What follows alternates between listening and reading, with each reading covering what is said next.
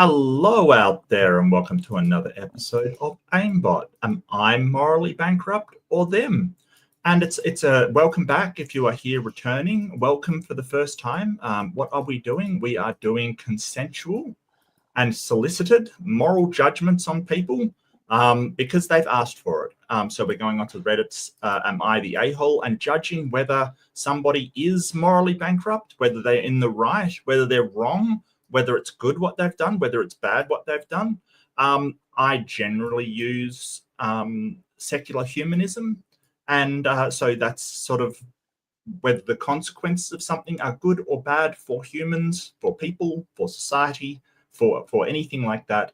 And today I'm joined with the lovely Lynn. How are you, darling? Oh, hi, Mark. Oh, hi, Mark. Yeah, I've never heard that before. I know, I'm sorry. I'm okay. I'm okay. It's okay. You just expect it. It's just such like, protesting against memes is like protesting against the ocean. It's going to be there no matter what you do. So it's kind of pointless. And I totally get it. Yeah, but welcome. I'm glad you could join us this fine morning. It's a little hot, but that's okay. That's all right. It can't last forever, I guess. Yeah, and sort of the elephant in the room, good friend of the channel, Yahooligan, just came on, said he would pay to export American criminals. I think Yahooligan wants our take on whether that's moral or immoral, whether somebody's morally bankrupt for suggesting that.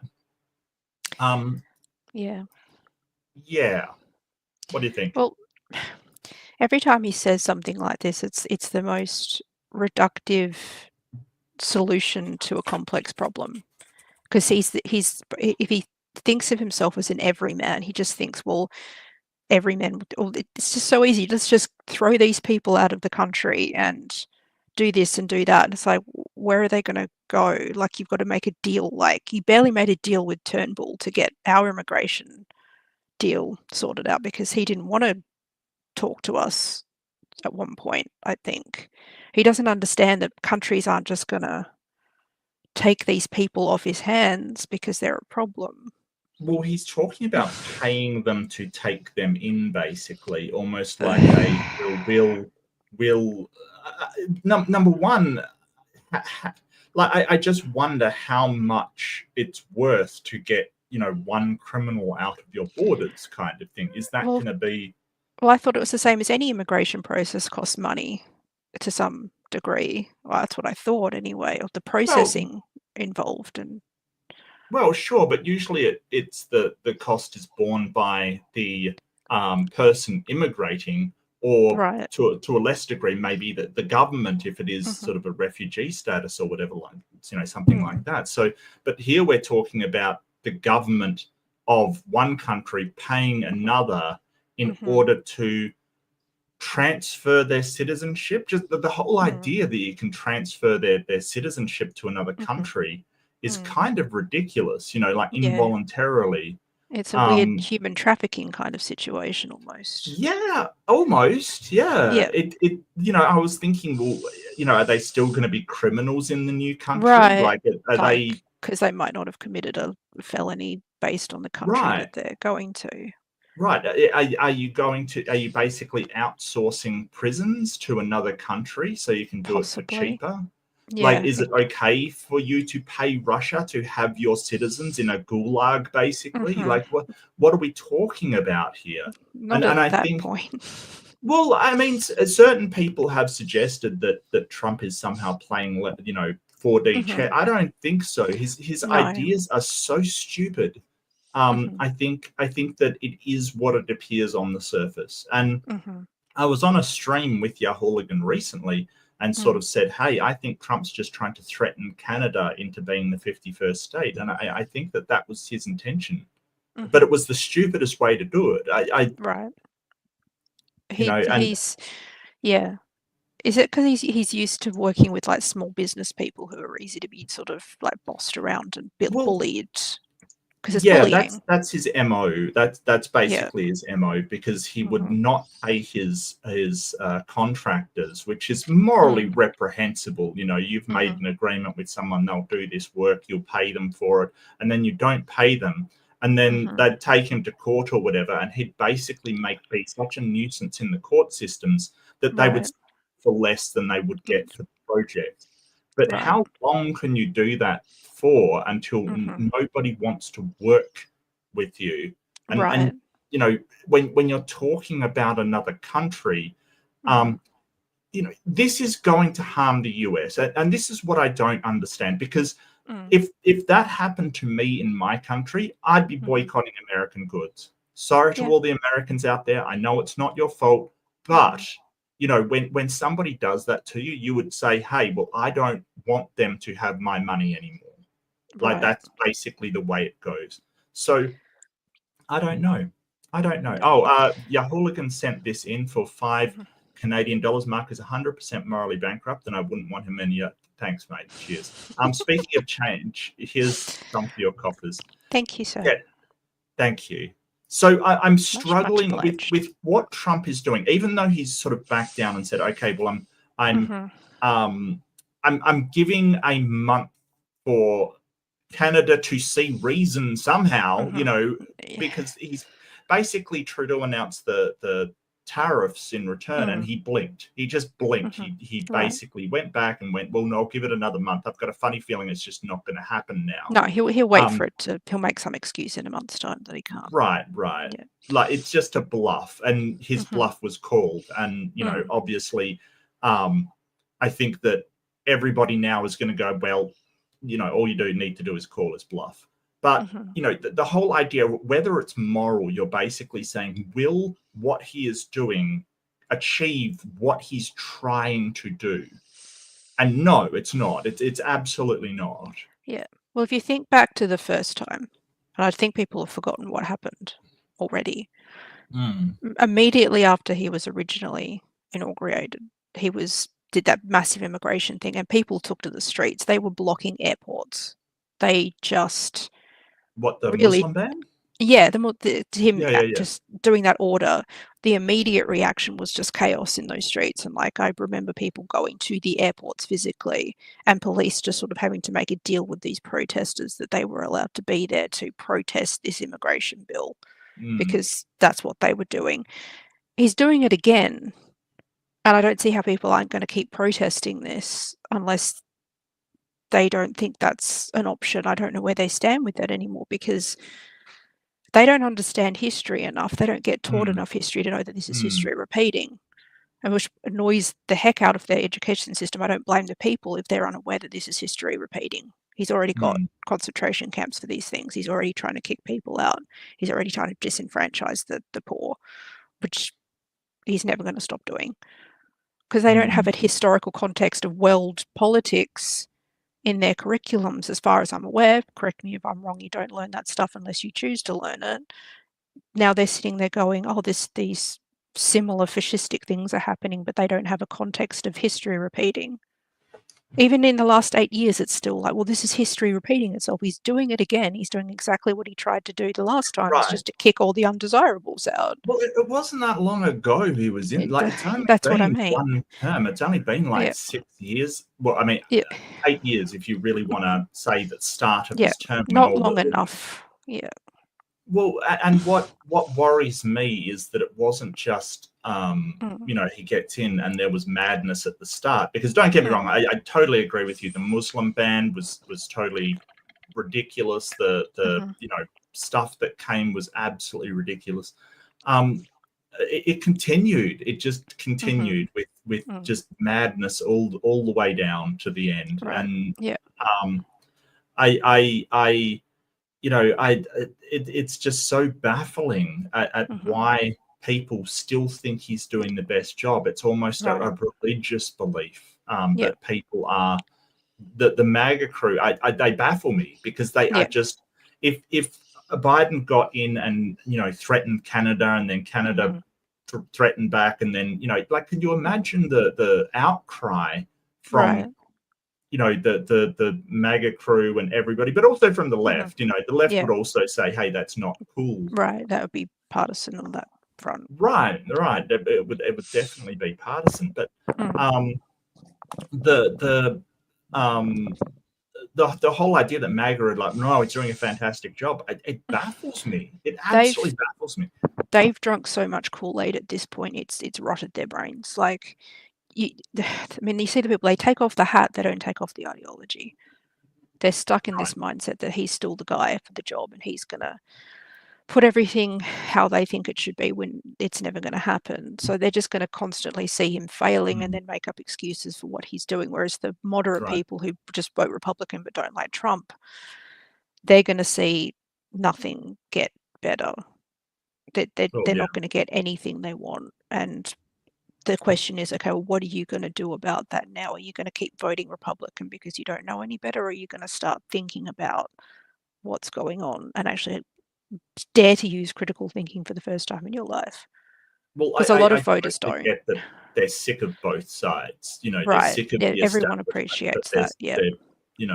But Trump as a solution to the establishment is not. like, well, it's like burning down your house is a solution to the termites. It's not really a solution that you want. You can't scorch earth the entire thing and right.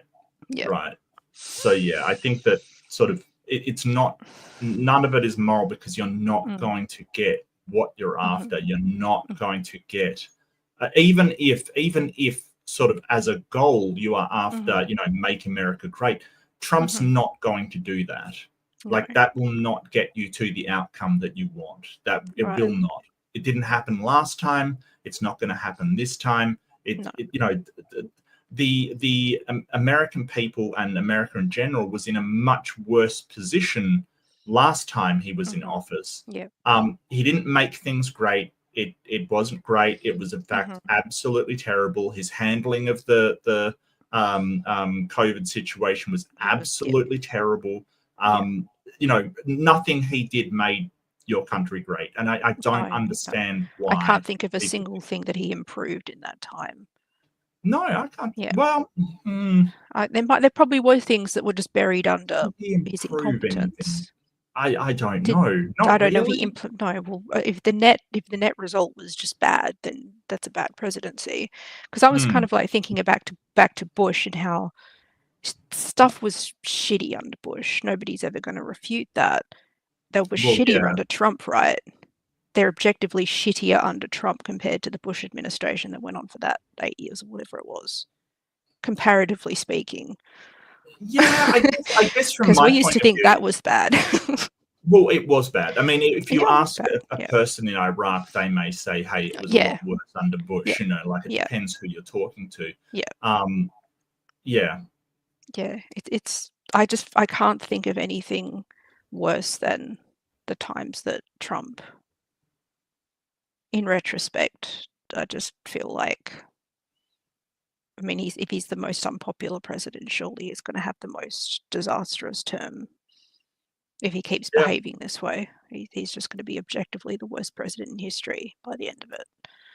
Well, I still, I don't know. Part of me says you've got to let it fail, but at the same time, there's so many people that rely on that system and are going to be trod under the wheels. I mean, I recently just saw a thing about a MAGA voter who is her husband is being deported because he's English and not all of his papers are in order because of a medical history thing. It's just, they don't think it's going to affect them. Of course it is. Because they're white and they're, It's just going to affect these lower people, these people that don't see as human kind of thing. Like it's just, of course, they're not even willing to do what we did when we did an amnesty for people who overstayed visas and things like that. They're not willing to sort of compromise with this transition to, which leads me to think, why isn't their visa system better now? If we've got everything automated and you've got tracking and you can keep track of all these people, and people do overstay their visa, why aren't they just knocking on their doors of the people that actually aren't legally supposed to be there, no matter who they are? Instead of just attacking the people who need amnesty and looking at them on a case-by-case basis and dealing with the actual visa dodgers and people who just decide to stay longer. Like, I don't understand why there's no system in place to say, well, that person didn't get on the plane the day they said their visa ran out. Maybe we should go and check that they're not Right. hanging around. If you've got a toll TSA type like just a system in place to just make sure that people do as they're told in these parameters. I don't know. And then if they are undocumented, then, find out why they had to come here illegally and not just punish them for being undocumented. Well, you've got to remember that the US is so much bigger than where we live. Like Right. it's pretty easy to hide when, the cities and stuff. And we've got a population of, I think, 25 million. Yeah. Like that. Yeah, it's almost nothing. If you're in New York or something, it's very hard to find one that's a needle in a haystack kind of thing. So we've got to remember that the size and the so as these systems gain size, they also sort of gain a lot more difficult to regulate, and then sort of bureaucracy occurs where you have redundant systems that aren't being used correctly. Right. But I think Waste Hume was asking before about what do you think about Elon Musk's, where is it? What are your thoughts on Elon Musk's overreach of powers of private citizens, especially with regards to the department? Yeah, I mean, dismantling the Department of Education is insane. That is like absolutely insane. Well, that only proves my point more, that they're deliberately trying to keep you uneducated. Sorry, that just seems like... Well, I think that's been going on for quite some time, especially in sort of southern states where they want to put sort of a religious focus and, sort of, I mean, it's kind of like they don't seem to have it's not they don't have an independent. It's just too often the people with interests get into the education system, so they're not interested in educating what people need to be critical thinkers. They're interested in educating them on how to think their ideology, whatever ideology that is. Okay, I'm not sort of pointing fingers at them, and I'm just saying, like, really we should be educating at what people need to navigate through society, how we can educate children to make the society well run and smoother, sort of. So, sex education, that's going to be important because, you're going to have to understand how people relate to one another on, a sexual basis. But one of the things that is lacking is relationship education, like how, not just how biologically we work, but how socially we work. Because I remember sex education, but I got nothing on how to actually have a relationship. That was left to the parents, and my parents were pretty well absent. So I feel like that is something I've had to really learn as I've gone along. And, sort of, it's kind of, we still need to do work on what people, what children need to survive. But, we have all these things that are like, well, no, we've got to teach them about God. We've got to keep teaching them about this. We've got to teach them about that. And it's like, they're not, like, that's for their parents to do if the parents want to,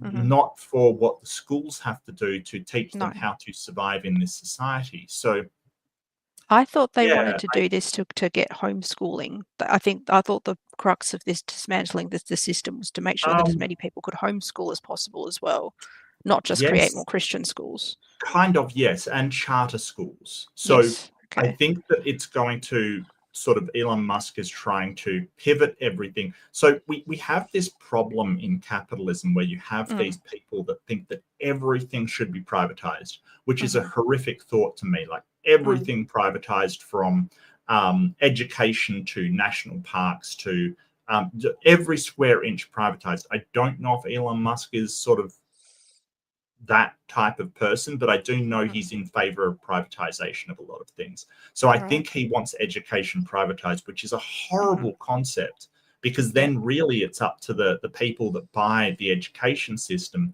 to decide what they want in their education system. And it's a problem with charter schools at the moment. They essentially, there's no oversight for their curriculum. So, kids will come out with the most random stuff, believing the most random stuff. I don't understand why they think that that's going to be a good idea. No. Well, my other understanding was that they was sort of, I don't know the minutiae of this one, but Amazon was trying to sort of start their own worker schools where you sort of like raise the child in the sort of, okay, eventually they'll become like a little worker ant for Amazon.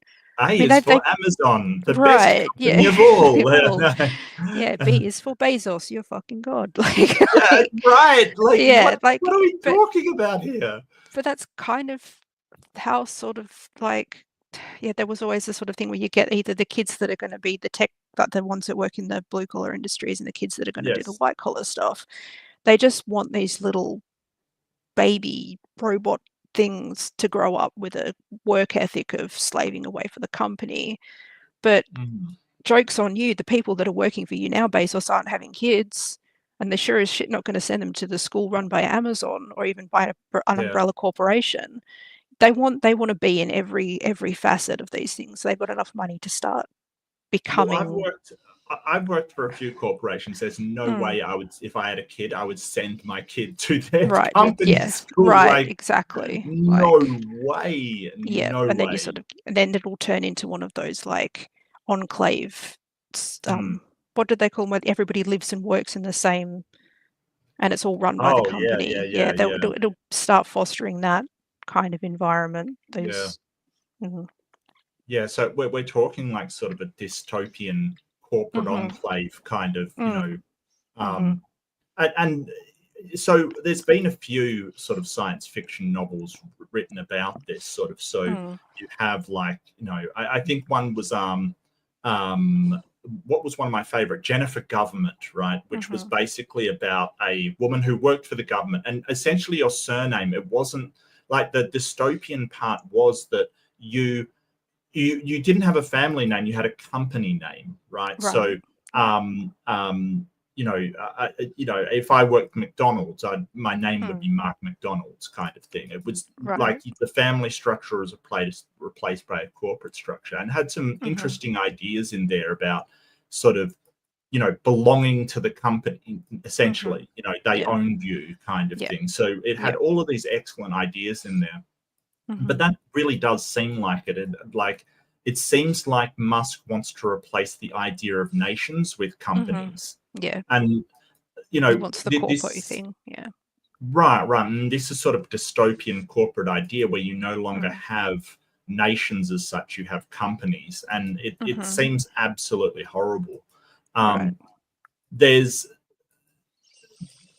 think that Musk sort of, I'm not a conspiracy theorist, but I think sort of a one world government is sort of what he would propose. But the problem with these systems is you may have individuals who have an ability to help all of humanity with sort of innovations and things, but they have no opportunity to, because they're in the lower work class. They've been grown up in the lower work class, and they'll never, like, you want to have sort of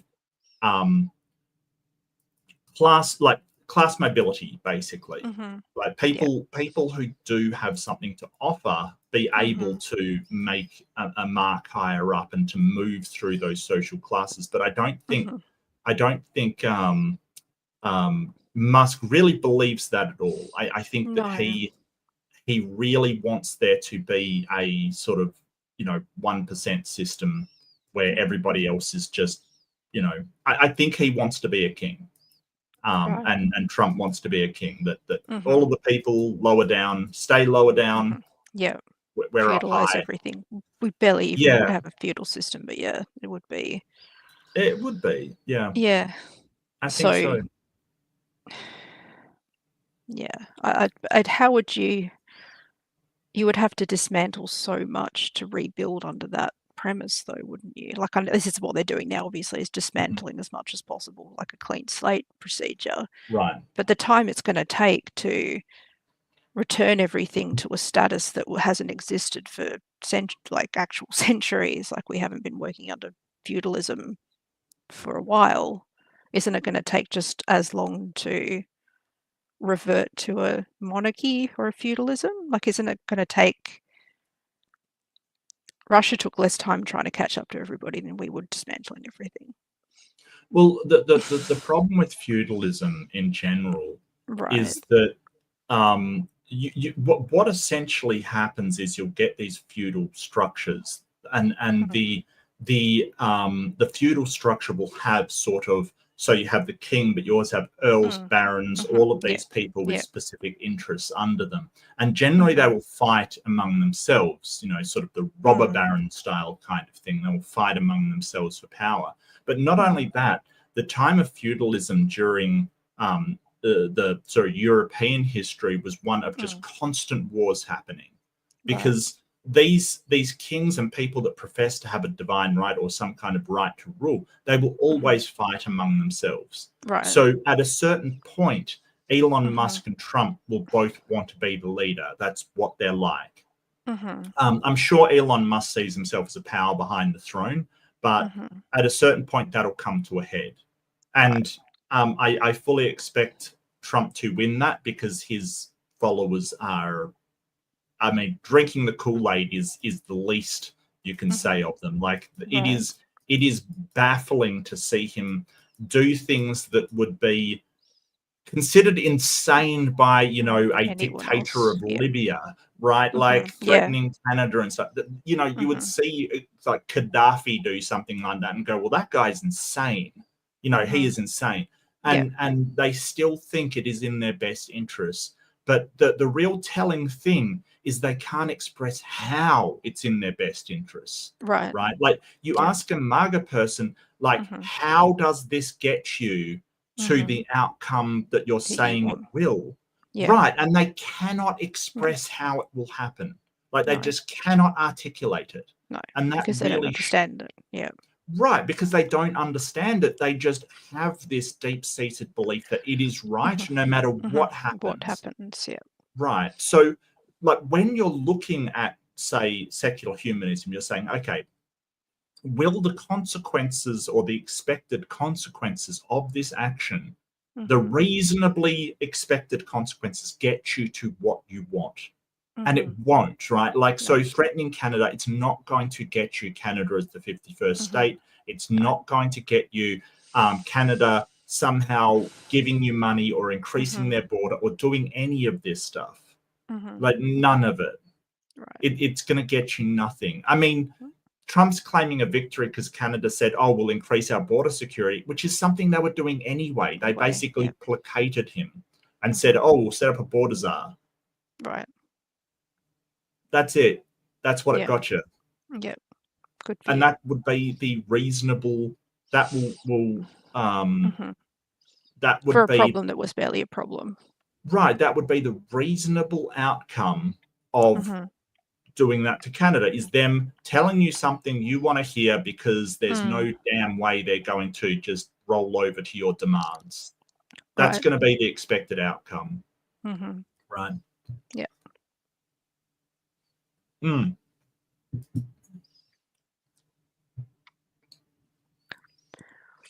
Oh, wow. That's an interesting comment. Explain how January 6th was an actual overthrow attempt. Yeah. So when the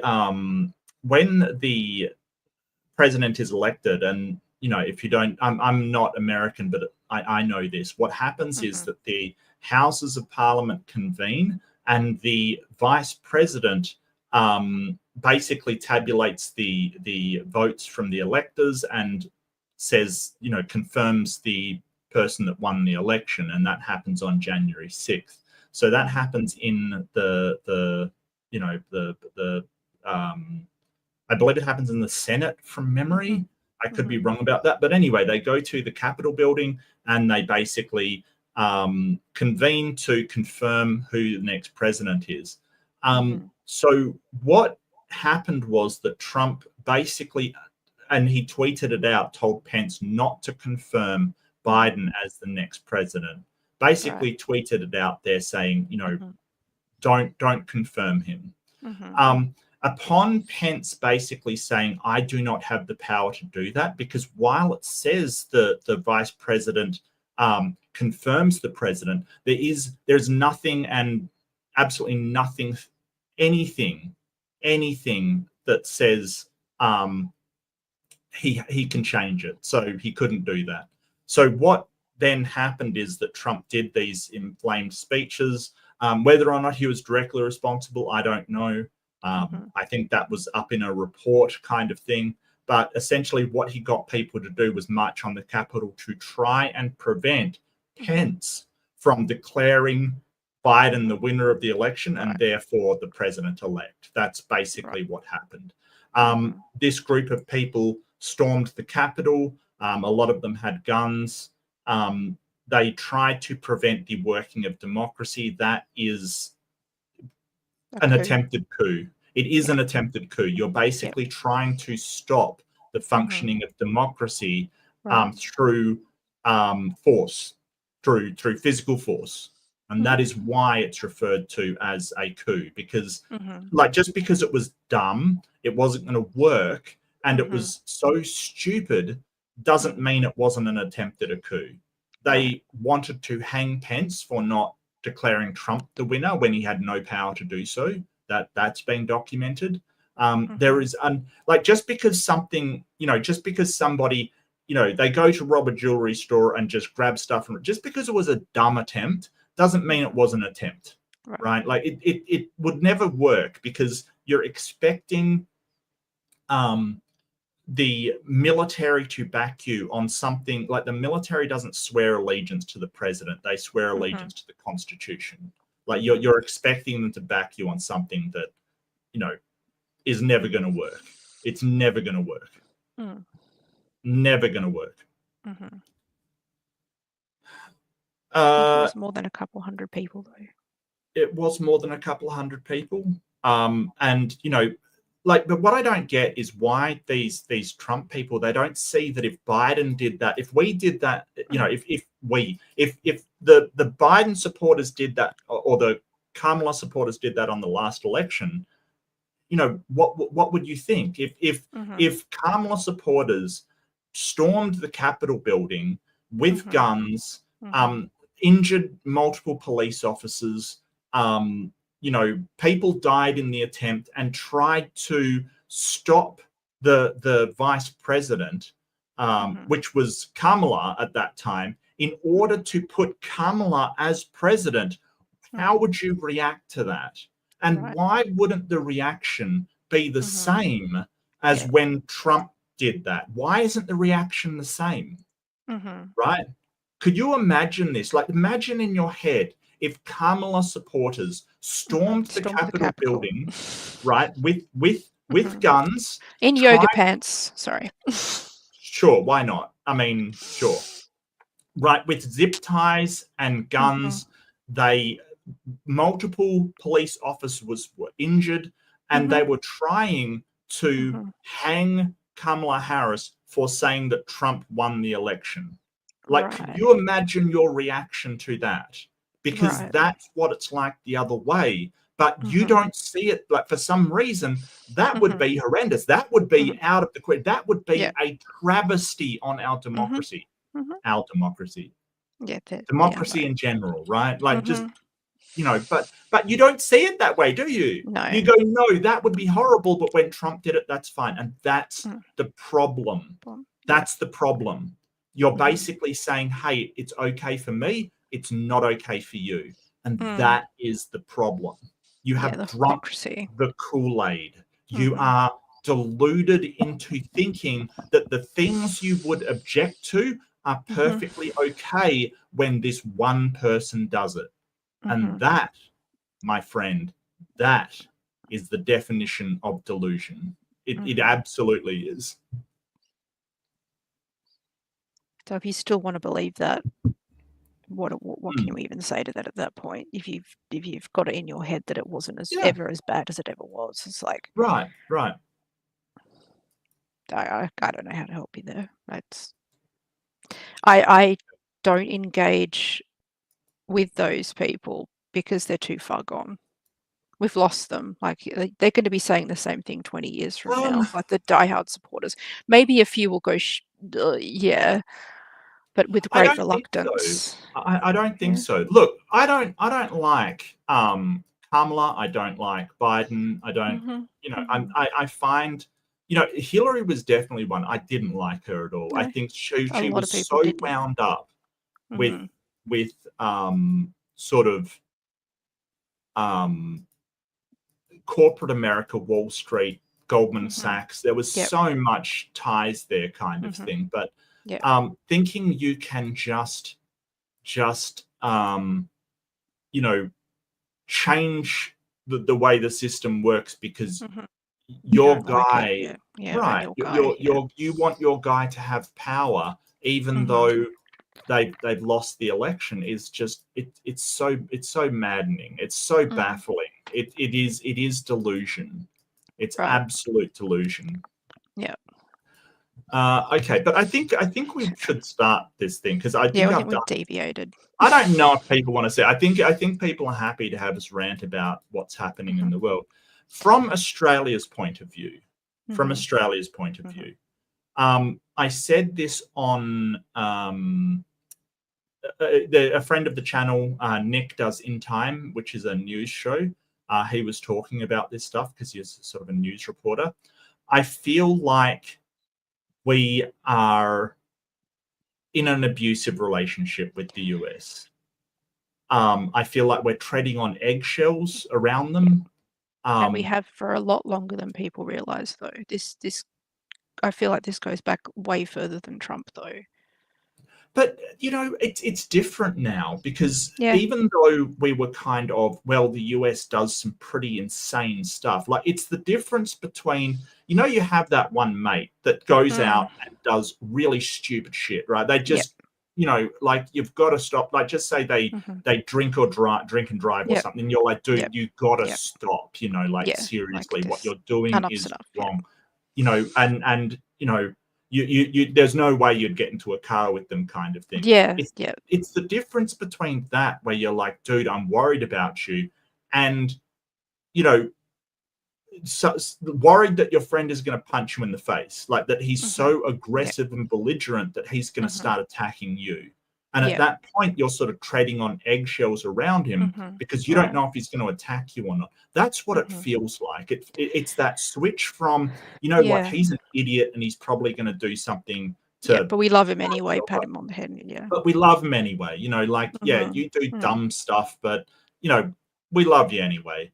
And dude, this guy is out of his mind and I don't want to be around him anymore. That kind of switch, like you're really treading on eggshells because you're not sure what will trigger him off to, attack you.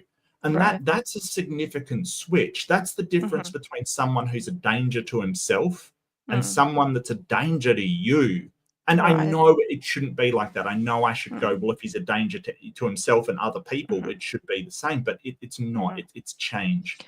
It's absolutely changed. If the US in general, and this is the thing that still baffles me as to how historically they've gained that power, if they did not have the geopolitical influence that they did, I probably wouldn't stress half as much as I would be now if they didn't have the kind of reach that they have. Yeah, and the world currency is still the American dollar. That's right. So much financial power. Because people did ask us over here, why do you care? He's not your president. So he has global implications for all sorts of things. And other countries do. I mean, I look at our thing every year and I get these newsletters and it's like, well, Trump's name keeps coming up in these newsletters from my financer. Like, I keep getting told that his position of power is affecting other countries. I've been constantly told that. And I was brought up to understand that America had cultural influence. And it didn't matter what you said in the 90s, nobody wanted to believe that their cultural influence was that oppressive. And I would say to people, look, your kids are growing up watching television shows that are primarily US based. We don't have a lot of our own arts and culture on television, which was our primary source of entertainment as kids, was television and video games. A lot of it was American, and a lot of other countries, it's like we see a lot of American stuff day to day. We just live in this we go down the street, there's a McDonald's and there's a Subway, and it's like we've got America in everybody's country. They're everywhere in some capacity, even in the most supposedly benign way. So when you started saying to people, like, look, just at least have some awareness of that, at least pay attention to the fact that some of the verbiage you use has changed, is not necessarily linked to your country. Some of the ways you think aren't necessarily what you would call Australian. We have racist sentiments over here. We have had a white Australia policy. We can mimic Yes. this country's. We are Yep. starting to privatize things that probably shouldn't be privatized. But if you said that to people in the 90s, they would just ignorantly go, oh, no, that's not true. America's worse there. We don't have anything to do. We're better than whatever. They were so, and now this is happening, and we've got people putting MAGA stuff on front lawns in small town Australia. Like, because the internet has also pervasively brought that ideology over, and we are communicating, and there are sovereign citizens in this country who Yep. think their laws in the US apply to us, that maritime law applies, that kids dial 911 because they don't know that 000 is the actual emergency number because they watch so much American television. And I was like screaming this at people for so long, and now it's like, okay, so maybe we've gone a bit too far. And now it's politically affecting us. It's economically influencing it's so many things. And at the end of the day, I'll always say what Barry Crimmins says: you can kick somebody out of America, but how are you going to escape their foreign policy? Well, I don't think you are, and I don't think that. Look, so the thing about culture, and especially with the internet coming in, right? Like cultural, like sharing of culture and cultural sort of drifting into one another is completely to be expected, because when people just associate with one another, that's exactly what will happen. Culture will blend, and that's why we know stuff like there were never any slaves, Hebrew slaves in Egypt. They just weren't there because there was not that enmeshment of culture that we expect. I mean, look at sort of the American South and the stuff that happened there.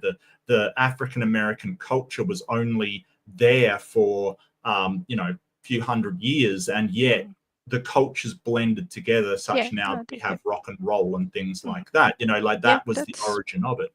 So we're going to have to expect that.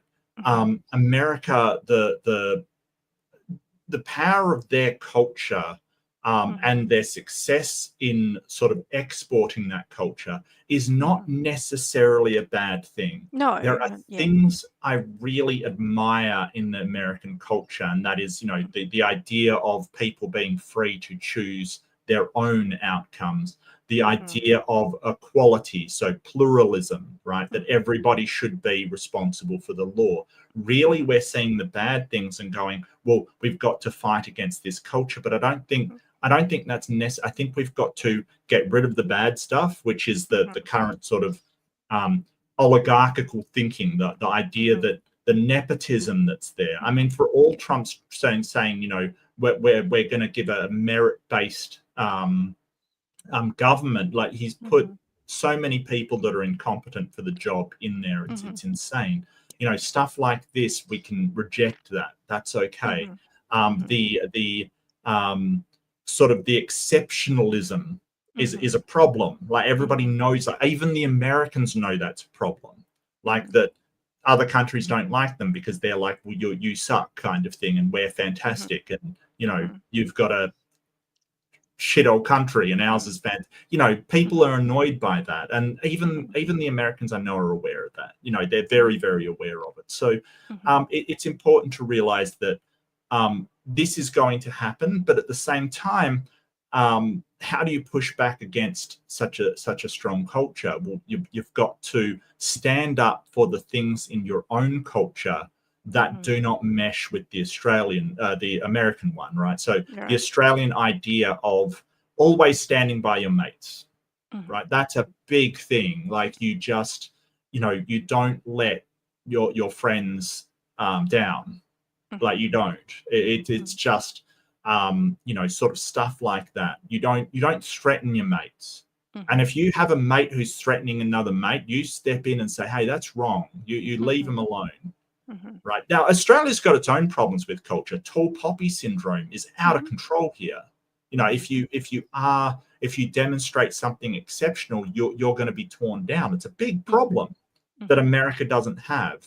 So there's things we can learn from them, like to celebrate somebody that is exceptional instead of trying to tear them down. That's definitely something we can take.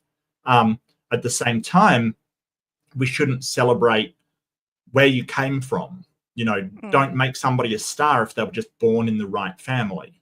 That's something that America learned from Australia, because we have our own billionaires over here, and generally everybody hates them. Yeah. Right. So we don't. Clive Palmer is a billionaire that ran on Make Australia Great Again, which was just, it's insane. And everybody, we don't consider celebrity to be as powerful here, right? you know, and a case in point, our celebrities tend to be a lot more down to earth as well. Like, we don't have a lot of sort of egregiously egotistical people. Right. I mean, I'm not saying they don't exist, but yeah, we don't have that sort of prevalent egotism. Right. In terms, and we also don't have the like, for instance, it's very strange the way that Americans treat their president and their elected officials.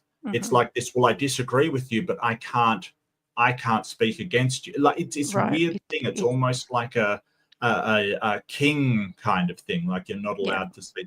Like, I still remember when who was it? Was it ScoMo or one of our previous prime ministers? He was in a mall, and like, just some Australian citizen just went, "Fuck off, you dickhead." I think it was Abbott. I think it was Abbott. That was Abbott. You are 100% right. That was Abbott. It was Abbott. Yeah. Like, seriously, like, and it was an old codger too. It wasn't just some young guy. Oh yeah, it was just this old bloke who's just like, like, seriously, like, if you have a problem with somebody, you know, this is the thing that I tell people: if I've got a problem with it, with you, I'm not going to be shy about it. Like, you're going to know. And that's how we treat Prime Minister. The leader of our opposition party just got called Voldemort in person.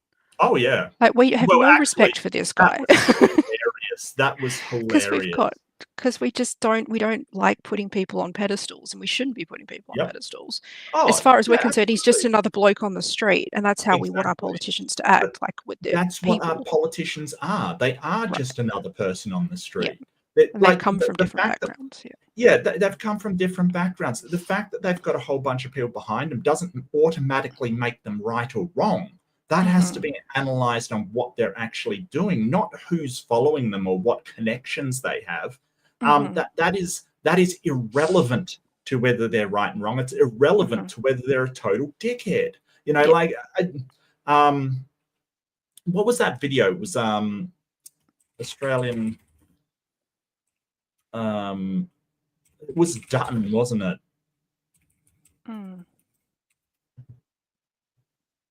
What was it, on a plane or something? Yeah. He was just walking down the aisle next to Dutton.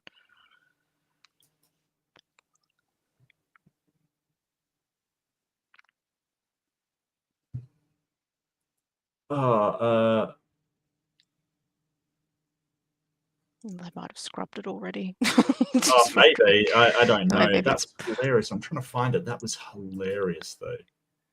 I think I sent you something the other day. Oh yeah, I'll find it. Yeah. Yeah. I've got it here. Where do you want me to put it? It's an Instagram thing, though. I don't know whether that translates well to what you're doing. I don't know. Just ping it to me again. On Discord? Yeah. All right, just gone through now. From an account called Australian Child Labour.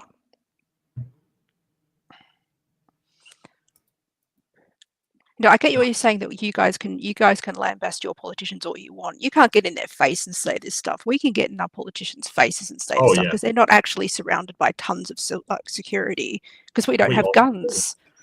So they don't have as much. They don't have entourages of people keeping them 10 feet away from the dirty masses. They do walk among us, and we do say things, and they know not to do anything, because what can you do to a guy who calls you Voldemort? He hasn't broken any laws. So what if some guy tells you to fuck off? If you take it on the chin and you just don't behave badly, it's fine.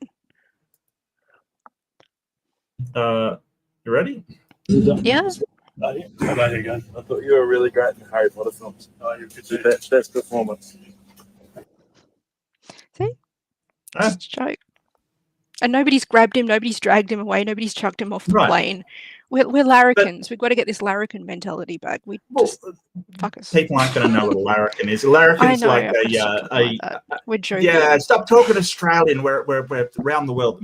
No, larrikin's kind of like a jester, a joker, a funny man. Like so you would describe someone like Colbert as a larrikin, or these comedians. Jon Stewart's a larrikin. Like somebody that's not serious but says stuff that is serious in a joking way. And like if he was dragged off the plane, that would be an outcry, and Dutton would absolutely be harangued for that, and rightfully so. Yeah. Like your position of power does not give you the right to stop me making jokes at your expense. It doesn't. Deal with that. Yep. Deal with it, because you've decided to have that position of power. But what we've seen from Trump is things like gassing protesters because he wants to go to a church and have a photo op, or it's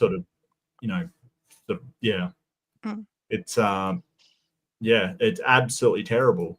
But it's so bad because Americans are so scared. Like and not just, this isn't just a Trump's in power. They're always so scared. Like people are like, oh well, I'd stay armed at all times. Why?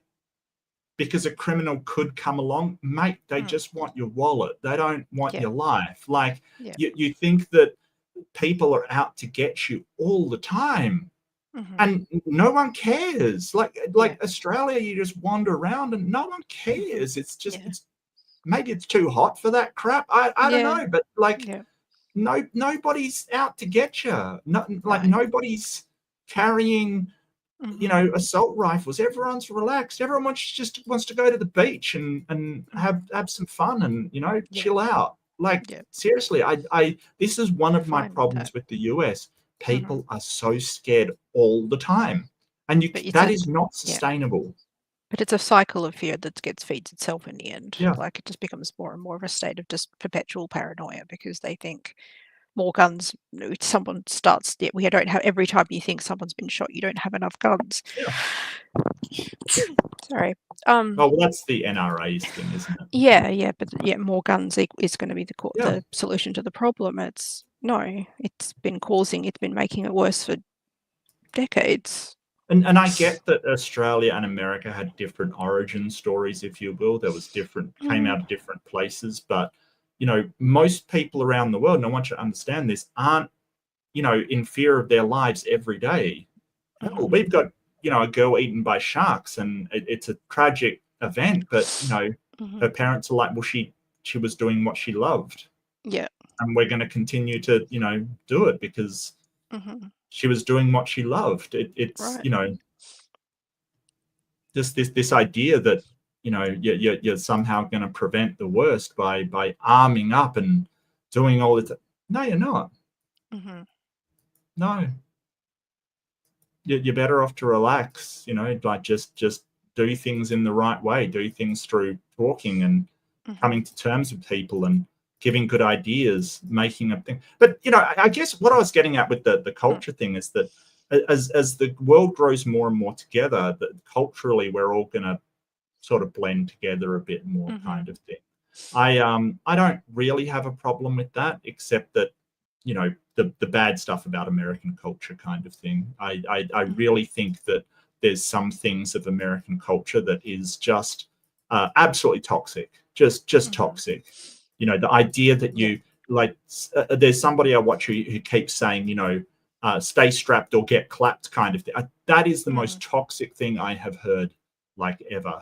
Seriously, because while you're while you're worried about everybody clapping, they're worried about you clapping. And it's just all that has to happen is one tiny thing goes wrong, and he's defending himself and you're defending yourself, and it's like, if you just don't worry about it, this wouldn't be happening.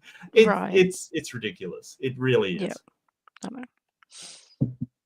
But how much do you link that to capitalism? Like if you, again, the crime rate would go down if people were provided for, and the only people left doing crime would be the people who just love doing crime because they're just. But if you know, socialistically speaking, fed the poor, how many of those people who were only committing crimes because they were poor would stop committing crimes, or would organized crime might not go away overnight, but the individualistic crime, they're only stealing because you haven't provided for them. They're in a desperate situation. If you provided for the people that you refuse to, again, that necessity for guns would go down because you wouldn't feel like you had to protect the very little you have, or what little you feel you have, or you wouldn't feel you have to be an aggressor to get something. You wouldn't need a gun to rob a store, or you wouldn't need a gun to protect yourself from the guy robbing the store. How much of it could be de-escalated by just raising minimum wage? Because obviously some of these people, they aren't unemployed and they're still committing crimes because they're not making enough money. Just circumstantially, you've got I think it's complex. I think there's certainly issues that criminals are going to exist. There's always going to be and it's tied to so many different complex things like drug use, for instance. In order to get the drugs, they're going to have to commit crimes because they can't afford it. I mean, that's sort of part of that. And as you said, there's always going to be career criminals who make money out of these crimes. I totally get that.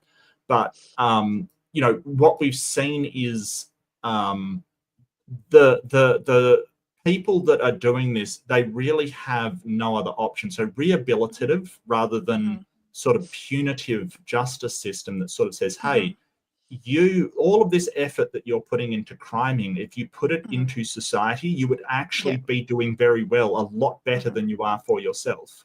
And there's always people you can't reach, always, but I think that we can see countries around the world that have taken this track, like the Scandinavian countries and the sort of, countries that have, European countries that have done this, that some of them have actually had to close down prisons because the criminals aren't as much of a problem. And it's sort of, and they have their problems and they have problems with crime, but not like, America has the most percentage of incarcerated people per. The per capita incarceration rate is through the roof, And you can't just say, oh, well, that just happens to be the case. It's not.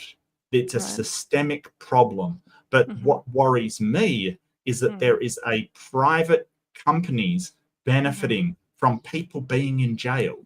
They do work programs. They do all these things. The prison system is a capitalist enterprise. And when you have a system that is a capitalist enterprise, they really do not have any incentive to prevent people from going back into it.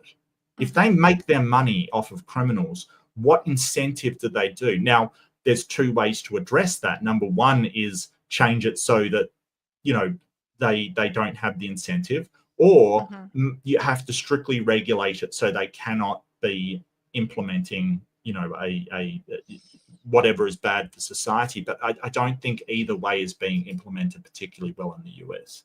No.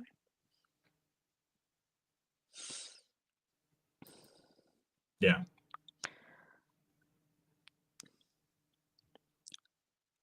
I mean, there is a bit of a debate going on, but I'm just keeping. Well, I mean, this is AIMBOT. I've kind of really gone off topic. Tangents in the chat, quite frankly. This has been a massive tangent. I think that it's important to discuss. I really do. I really do.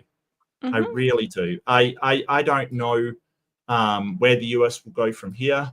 I really hope that, somebody steps in who isn't threatening other people. I really hope for the best for the US citizens. It's so tied to the economic situation of the entire thing. But really, I think that what's going to happen in the next 4 years is that the US will be eclipsed by China. They're trying to slow down China. I don't think it will happen. I think that is a shame, but I don't know who's more dangerous at the moment, China or the US. I think it might actually be the US because I haven't seen currently the US, because I haven't seen China threaten Canada or Denmark. You know, like I don't see China. I mean, sure, they threaten Taiwan and stuff, but you know, I don't see them threatening my allies at the moment. So I you know, so yeah, yeah. I would like to see this sort of that sense of the US at least being sort of diminished as having the bad influence. It would be good to see the sort of a slow trend downwards to having, like, we could work with them again one day once they, you know, learn to behave themselves. We have to put them in the naughty corner, G7 kind of behavior, like go away and think about what you've done and come back in 4 years and well, if it was any other country, they would be. I mean, Russia, for the I know. same sort of actions of threatening, you know, other countries and stuff, got taken out of the G7. So I don't know why the US gets a free pass on this kind of stuff. I think that yeah. So I don't know. I think that really we've got to stop thinking as nations and start thinking as a planet. I absolutely think we're in this, well, my nation has to be number one and at the expense of everybody else. And I think it is unsustainable. I think that every time you're doing, it's the same as if, you know, you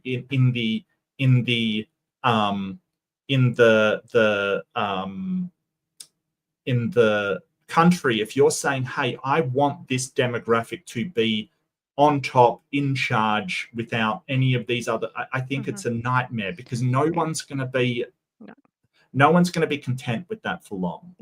And if we're going to move forward, we have to start going, hey, we've got to treat humans equally, like it's certain amount of rights, and that's going to be a long way off. And I don't think that people are ready for it. I don't think nations are ready. I don't think anyone's ready for it. But it's the only way. It's the only way, or else we're going to have these problems.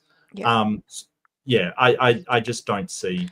And we need to stop treating politics like a spectator sport, because it really wasn't like this. It was not this bad 20 years ago. Like before 9/11, I don't remember people just being out and out us versus them when an election came up. Like we've had elections where we went into they didn't pick the PM straight away because they couldn't get the number of seats up. So for a week we didn't technically have an instated government.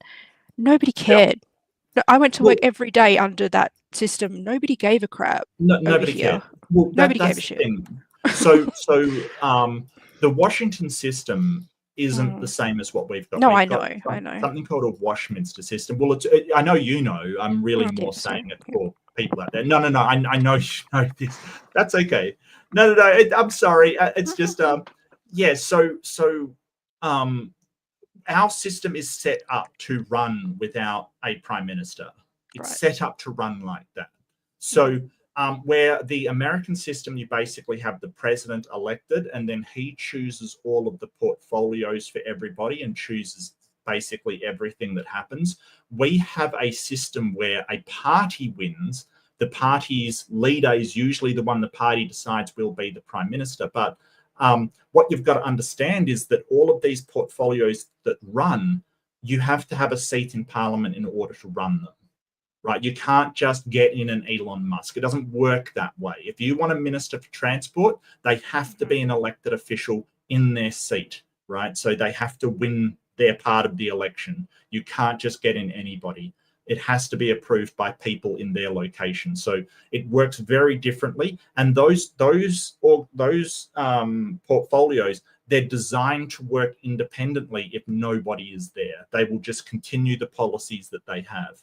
So when there's something called a hung parliament, where basically they can't decide, because what happens is you vote for people of a party, the party goes and then they vote on who becomes the prime minister. But if there's a hung, like if they can't resolve that vote, it's a hung parliament.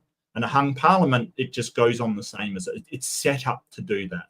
So this distribution of power away from the leader, I think America, if they were really wanted a better system, they have to look at redistributing power from the president away. And Trump will never, ever do that. In fact, he wants to gather more power up for the president. And that is so dangerous, like incredibly dangerous. You want a distributed power. You don't want it centralized in one person, because if that one person is bad, because don't forget, people are still going to be able to vote. What happens when you centralize all of that power and it comes into a person that you disagree with? They can just do all of it. They don't have to ask you permission. They can just implement whatever. It is so dangerous. So yeah. Trump and Netanyahu have come to an agreement. He'll take ownership and redevelop the Gaza Strip. What? It sounds like an Onion article. It does, doesn't it? Gaza Strip. Really? No, come on now.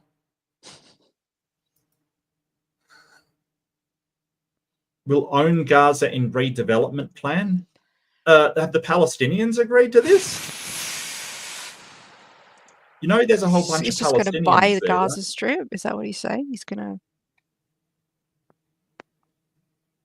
Oh my God. No, I believe it's in the real news. It just sounds like an Onion thing.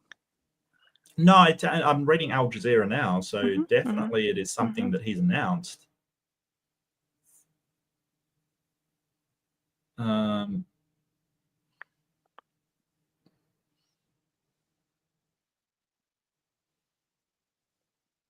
US will take over Gaza Strip and we'll do a job with it too. We'll own it. Oh, damn.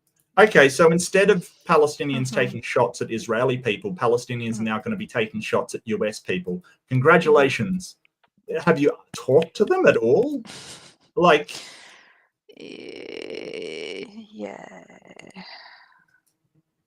Okay. Well, that's a stupid thing to say.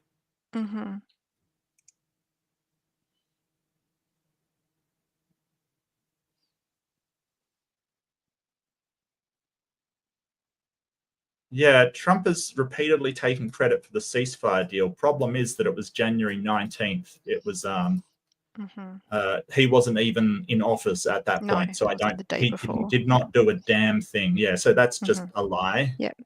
So he's going to say stupid shit about it. But just expect stupid shit to come out of that man's mouth for however long he's got a platform to say. Yeah. Because he never went away and he never stopped saying stupid shit. And he will keep saying stupid shit until the day he dies. And then you have to filter out. Then you're going to put him in a corner, and just, okay, Grandpa, off to the old folks home. You are now officially too senile to function, which I believe he already is. I believe he's already got like. Okay, well, I'm gonna do a AIMBOT because that's what we're here to do. I'm sick of talking about. I'm not stopping you. I know. I'm not saying you are. I got on a tangent, and I do apologize, everybody. It's just we've been talking about this for a while, and it's just we're kind of in a what is happening sort of mentality. We're in the darkest timeline, but the most confusing timeline. This has got to be the most. I'm wondering how history will look back on this, and I feel like history is going to look back on it like, what were they thinking? Like, what was anybody at that time thinking with this? Like, seriously, yeah.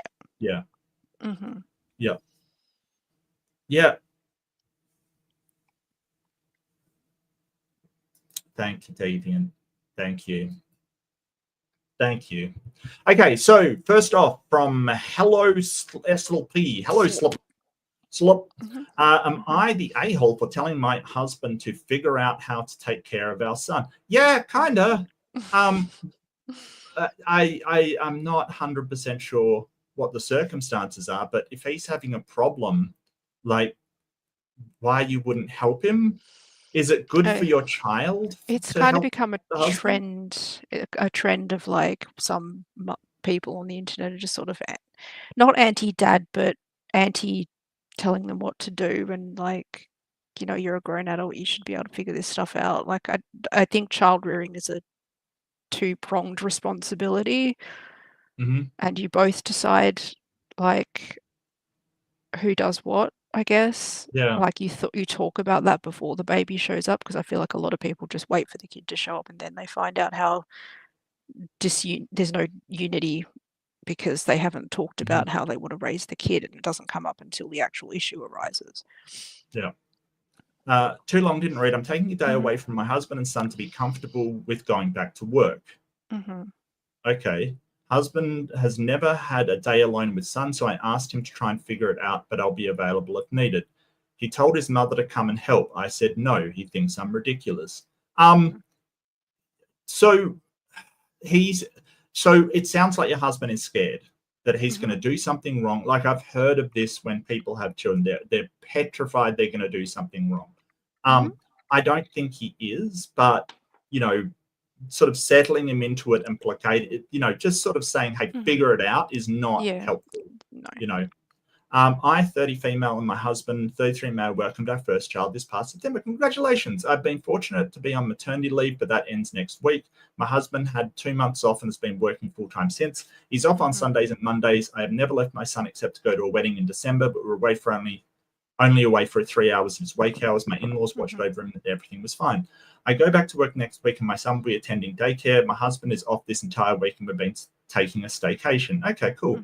I like staycations. I really do. I told my husband, though, I want 1 day on my own to get more comfortable from being away from our baby, and that I want him to have the day with the baby on his own. He has never been alone with him for more than an hour. He is a good father that will help out when needed, but he has never been there for the full-blown cries and fussiness while having to take care of the house. A few days ago, we went to a friend's house and our son was screaming bloody hell. Whenever I held him, he would just calm down. Whenever my husband held him, he would just scream and cry even louder. So my husband just passed him along to me. I was getting frustrated because I want to relax with friends and he couldn't calm him down for a minute. Today he tells me that his mum will be coming to help out. I asked him to tell her never mind because he should be able to do it on his own. He called me ridiculous and it shouldn't matter, but I really think it does. I can't be bothered at work unless absolutely necessary, so I wanted this to be our trial. His mum will be working on Monday, so it's not like she'll be able to help out then. His mum is taking care of his side, but of course our son is her only only grandson. Yeah. So am I the a-hole telling my husband to figure it out and step up? This is my first AITA post and I'm frustrated just writing this. So if you need more details to decide, let me know and I'll respond. Extra, I had a C-section, I exclusive breastfed, so I physically could not leave the baby in the first 2 months. My lactation consultant told me not to pump after 2 months. They need to establish my milk supply. He took care of me. He took care of me while I took care of the baby. He doesn't do nothing. When I started pumping, husband's already at work. Husband does do feedings now. Wow, this goes on and on and on. These are updates. This isn't a punch towards his mother. I adore her. It's really about being independent with the baby. She helps us and I appreciate it. When my husband is home, I do separate myself by going to a different room, but he does often come to the room for help. I'm not just dropping him off. Okay. Okay, so it sounds like he needs sort of confidence with the child. I see her point. I do see her point, but sort of, I don't know. How are you going to force somebody to do that? Like, just there's no context as to how much time he spent just looking after the kid in general, because it's not just feeding. It's obviously like changing nappies and things like that. Did you? I mean, this suggests to me that you didn't go to like birthing classes together or parent classes. Like, there's plenty of places now that will offer assistance to new parents, especially just before you even take the baby home. A lot of people like get shown what to do and they try to encourage the dad to be involved in that. And it sounds like either she's taken too much responsibility and not let him, or just summarily just left him out of the process and now he has no confidence. Or he hasn't stepped up and offered to help to get that confidence. Or he thinks, oh, I've got my mum. Or he's just thought the whole time, I'll just get mum to help me. And like, okay, well, the only issue with that is that mothers, the worst thing is that some mothers don't trust how their kids look after their kids. Like, they have a way of that is so out of date that they think, oh, well, if I change the nappy this way, that's what I did for you. And the mum might be, well, no, I was told differently. Like, you don't do that anymore. There's all these sort of things like you don't do that you would have done when the grandmother was in charge. Yeah. So I don't always agree with like going back to a grandmother, because they're always going to have something else in mind, or in the worst case they think they know better. So then you're raising the child in two different ways. What she should be doing, the mum, I think, is just like, well, like, again, this is a conversation could have happened long ago, to say, well, okay, well, if I'm going to go back to work this day just for a day, here's how you take care of these things. If he hasn't figured it out by now, just how long is it going to take for you to just spend a few hours just going, okay, well, this is where this goes, and this is what you do here, and if this happens, call this number. If this happens, if it really gets bad, take them to the hospital. This cry means this, that, whatever. She's figured out what the baby needs, and that's why the baby keeps crying around him, is because the baby probably isn't accustomed to the dad. Well, maybe it is a lack of confidence, if the baby's not being held. It might not be held malicious. Right. It doesn't sound like weaponized incompetence. Right. I think you sort of hit the nail on the head, sort of saying, hey, if you can't be confident enough with your child, to me, it sounds like he's really afraid because he wants his mother-in-law there. She's sort of framing it as, well, he just doesn't want to do the work himself. But if he's working full time, it may be just a case of, well, I don't know what I'm doing and it scares me. So I think when you're talking about doing classes to say, hey, I just quickly looked it up. There's sort of relationships, WA in our state does it. I would imagine that most of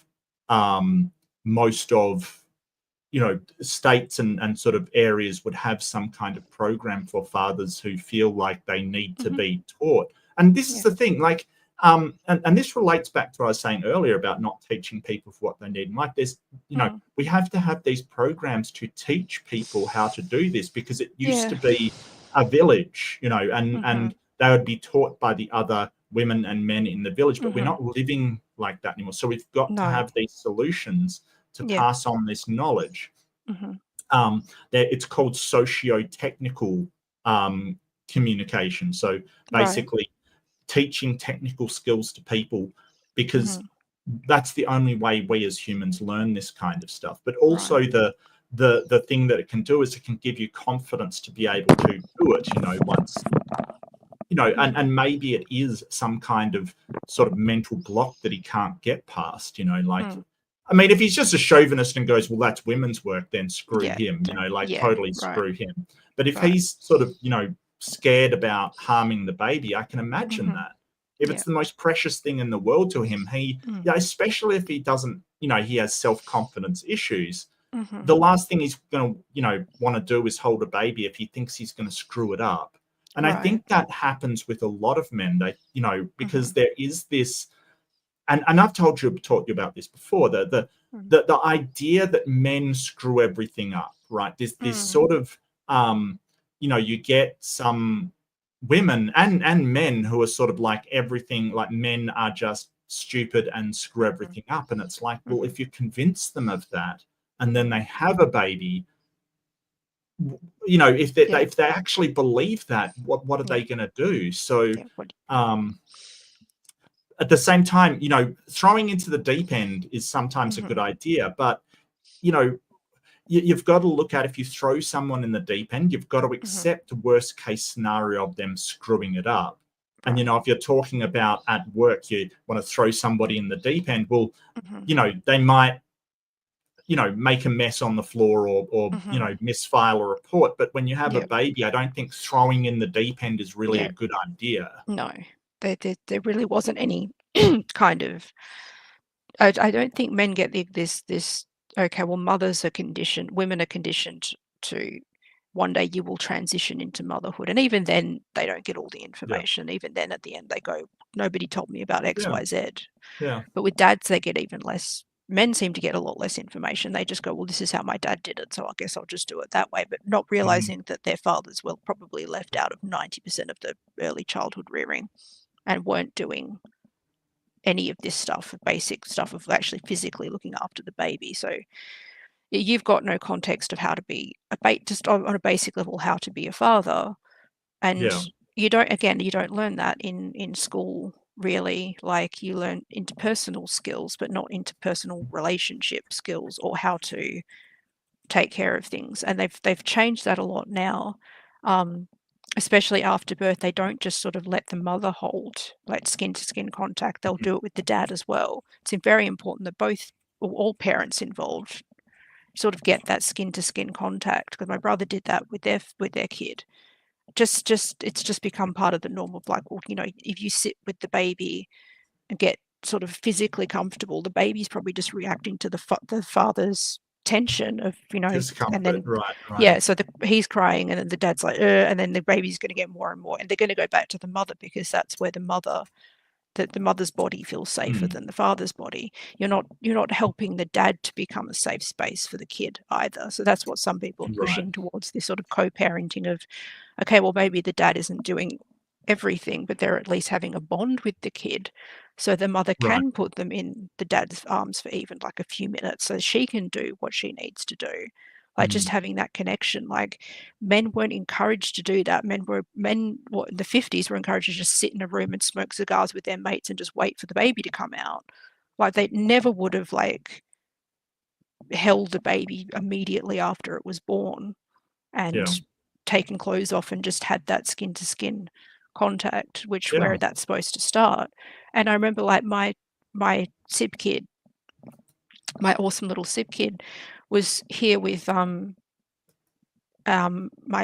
brother, and the mum was away. I don't think she'd come over that time, and poor kid had a meltdown because my brother had to like just, you know, wanted to go off with a friend, and we were going to babysit the kid for a few hours, but the kid had just had a big meltdown because he was just in an unfamiliar place, and dad was the safe space, and even grandma couldn't calm them down.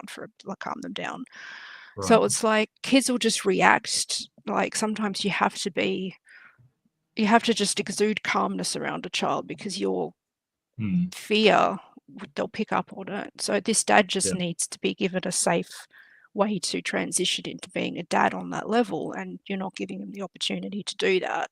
I'm sure he wants to, but he just doesn't want to screw it up and be held responsible for that.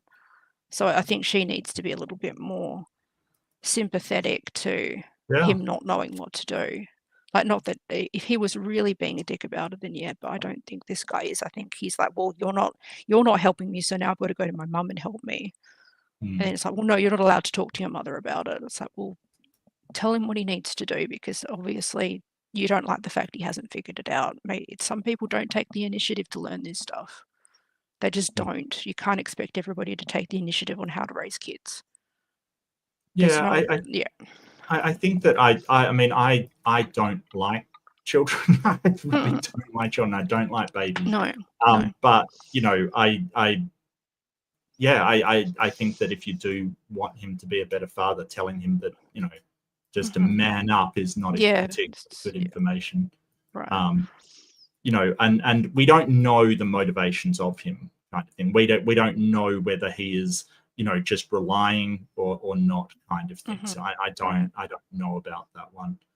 So all I can say is that if you want him to have a close relationship with his child, forcing him, like, you can't force close relation. That's the thing. Like, it doesn't matter who you are. It's sort of like, well, I'm going to force you to have a good relationship with somebody. It doesn't work. Okay. All you will do is create resentment from those people towards yourself, because you're trying to force a relationship that isn't there. It's best to ask what they want, and then, you know, try and figure out how you make that happen. Okay, so first off, not the arsehole. Is the father of this child should be able to handle him on his own. Is the crying that he can't seem to handle? He doesn't seem to understand the types of cries: tired, hungry, tired, uncomfortable. I try not to insert myself physically, so I tell him what he needs. He also doesn't understand the necessity of baby exercise. He plops baby in a bouncer, which is a container, when I've asked him plenty of times to let him be free on the floor mat so he can stretch, do tummy time, and learn to roll. I educated him more than enough times about that. Okay, so I don't know. Okay, so he's either not learning, or he doesn't understand what she's trying to get across. Right. Not the arsehole. He is a good father that will help out when needed. A good father doesn't help, he does. What is this Yoda crap? A good a good father doesn't help, he does. Oh, okay, got you. So instead of helping you with the things, he should be doing them primarily himself. Yeah, okay, I get that. Do you ever say that you, as the mother, help with the baby? I would say there's a lot of families like that do that. Of course not, because you know that the baby is your responsibility. Guess what? The baby is also his responsibility. He has just as much responsibility to take care of the child as you to have together as you do. Man needs to step up. Yeah, I don't think it's that. No, because I have heard some dads be like, the dad will have the kids for the day and he'll call it babysitting. And it's like, they're your kids. That's not what babysitting means. But he's like, I've got to take them for the day because the person that's supposed to be responsible for them can't be responsible for them. So now I'm babysitting. But that's the case where I said if he's just being misogynistic, then he's in the wrong. Yeah. Like I that would be a case if he's just being misogynistic, that hey, it's the woman that does that stuff. It's just no. He is a good father that will help out when needed. He has never been there for the full-blown cries and fussiness while having to take care of the house. Bold statement contradicts the rest of this. Help out when needed.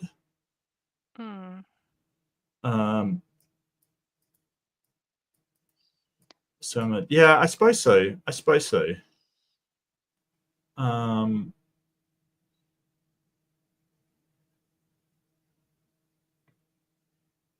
Yeah, I don't know. I think that it might be more, but mind you, it might not be. It might just be that he thinks it's her job and doesn't want to do it.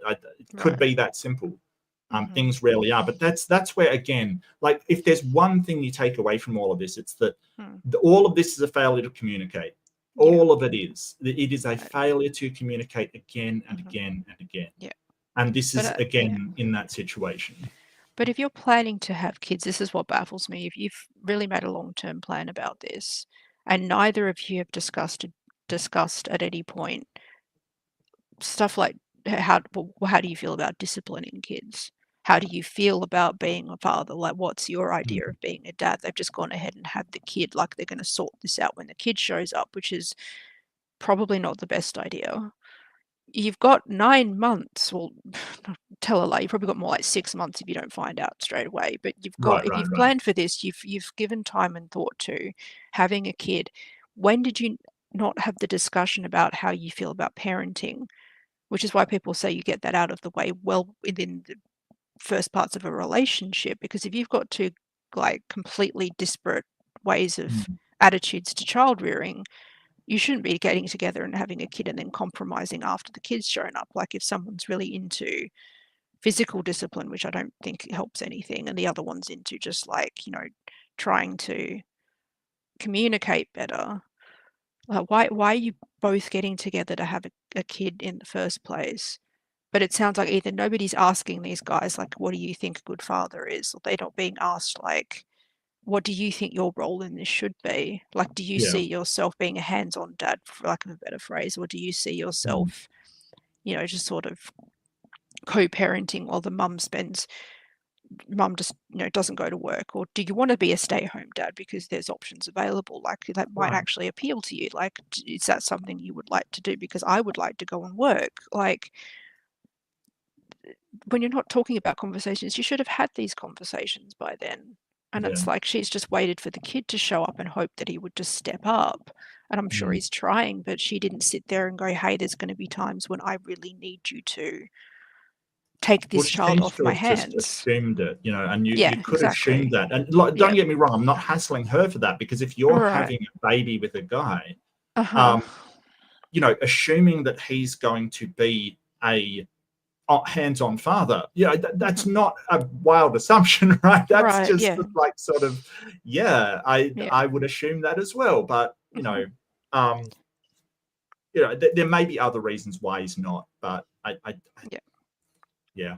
let's see some of the comments from our lovely chat. And sorry, Chad, this one's been all over the place. It's 100% my fault. It's weird that I got a sort of MAGA bro in the chat. Didn't expect that.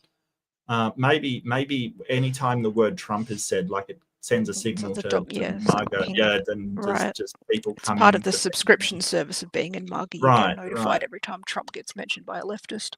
Exactly. Let's see.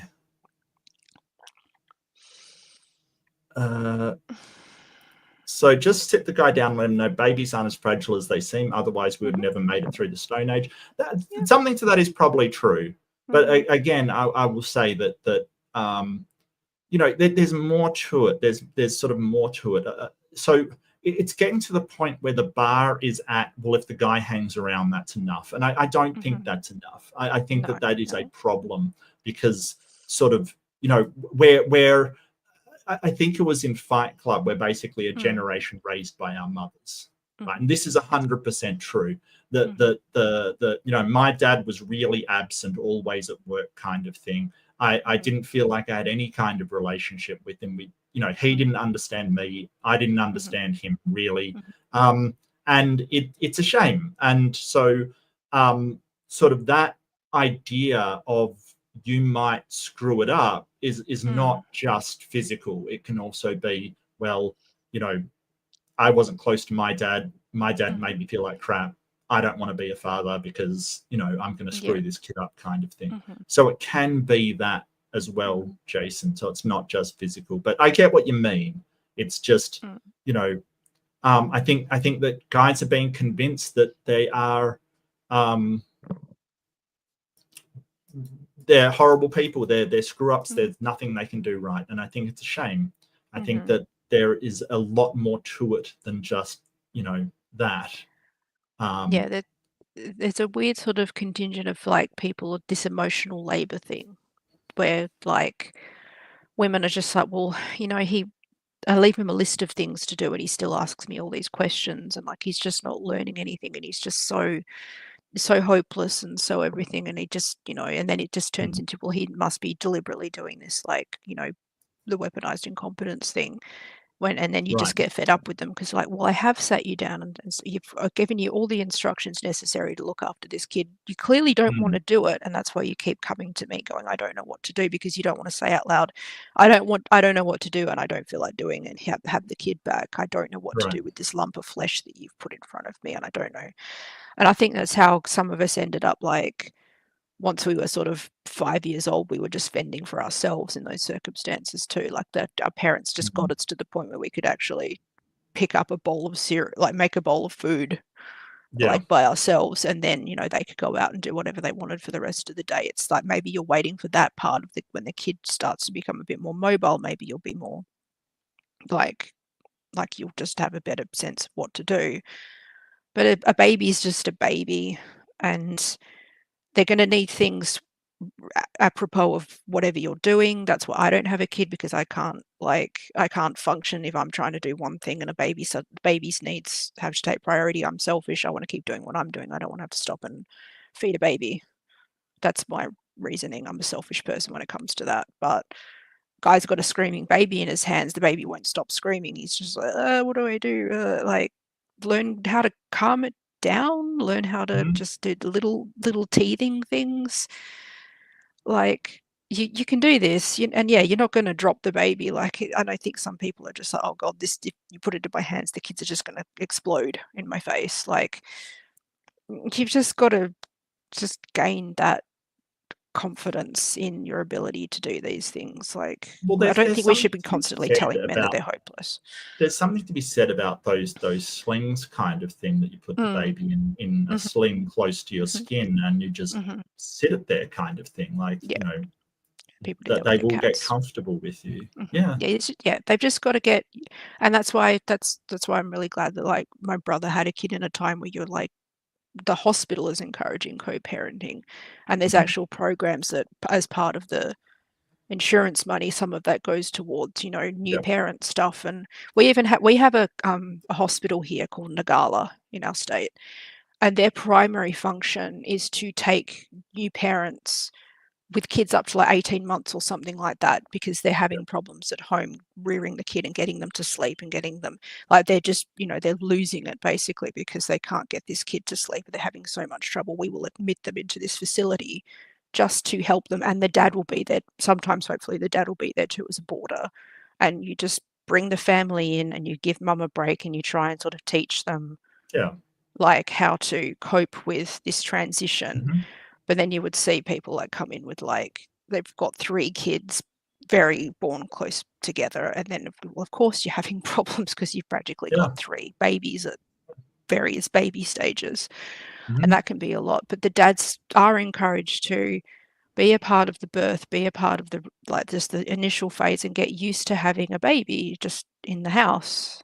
So then you don't feel as, and nobody's attacking the men. They're not saying, oh, you know, you hope, like the nurses aren't going to attack you for not knowing what to do. A lot of these people who midwifery positions are, they try to be as holistic and inclusive as possible. So it's not up to the mother then to take the responsibility of teaching the father how to take care of a baby. There should be, there's other supports Well, these are as the well. social programs we kind of need, especially if, you know, certain people are going to take away birth control and things like that. I Right, think like, got to provide these educational systems, and you know the government does that. That's what the government part of it is for, to teach people how to live in the society in which we live, and I don't think that's unreasonable. Deviant says, seems to me we're up against the usual lack of communication. Instead of telling her husband to deal with it, she talked to him about it, showing support and helping him to feel more secure. I 100% agree. If he becomes more comfortable, the baby will as well. Right. Jason says, a baby, not an iPhone. They're bendy and you can drop it once or twice without damaging it. Well, yeah, ideally. Please don't drop your babies. Majestic says dad is lazy. Maybe. I don't like Majestic. It's this hard is to tell. contentious. I don't think people are lazy, right? I don't think that actually exists as a thing. I think that people are unmotivated. They can be selfish. They can be sort of there's different things, but what really does lazy mean?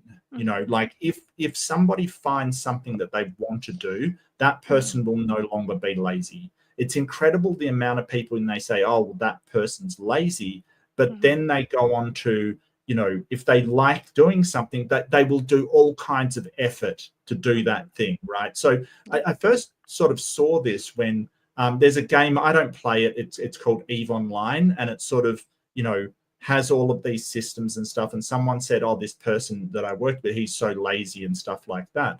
But he ran this sort of EVE Online, it's almost like a guild or a business or something. And the amount of work it took was insane. Like it's not a matter of being lazy. It's a matter of something about that thing doesn't motivate somebody to do it. So it's all about, you know, I don't think lazy is a thing. I don't think it's a thing. Like, you know, people have called me lazy before, but I have ADHD. So sometimes things just fall down for me. Sometimes I can't get my mind on things. There's a lot of different reasons why people don't do the things that they ought to do. And I'm not saying, you know, that I'm not saying that there aren't these factors or that they shouldn't have to do it, right? Like I get what you mean, they should do it, but I think it's more complex than just labeling someone with lazy. I think it's a lot more complex. There's depression, there's lack of motivation, there's all kinds of different reasons why people don't do it. But you know, I personally don't think it's a thing. I really don't. I will admit I did miss parts of reading the post because thinking about the Orange Menace. And he does cause distractions. It does, and it's such a sort of this is.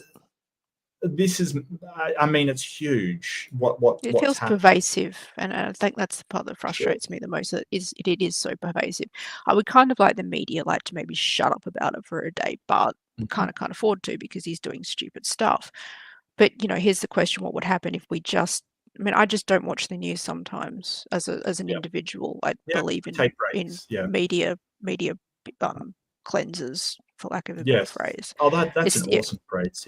Yeah, so it's up to the individual because yes, you can get perpetually stuck in this mindset, and then it distracts you from what you want to do because it's just so ever present in your mind and ever present in sort of conversations and things like that. There's no space in your brain left for this. So yeah, then we get distracted and we can't have a conversation about something else. That's the part that bothers me more than anything, that people just want to get on with their lives and they can't because they're being hindered by this. Well, they also can't because it will affect them down the road. Yeah, like, it's I not know. like, yeah. No, like if you just ignore everything that's going on, the consequences are devastating. So Right. I think like what you're saying, a media cleanse where you basically, you pay attention, do what you can, you speak out about it. You go to protests if you can and things like that. I both love and hate protests. I always feel anxious in them, but at the same time, I feel good about having done it. So I think, but there's only so much of that you can do. You have to give yourself a break from it and take care of yourself. So I think a media cleanse is a fantastic way to describe it. And slacktivism works. Sorry, I just want to put it out there. Like signing petitions, people say, well, it's like it's contribute. It can work. It's not doing anything. I try to sign as many online petitions as I can if I believe in something, like because I want to be known that I disagree with these things.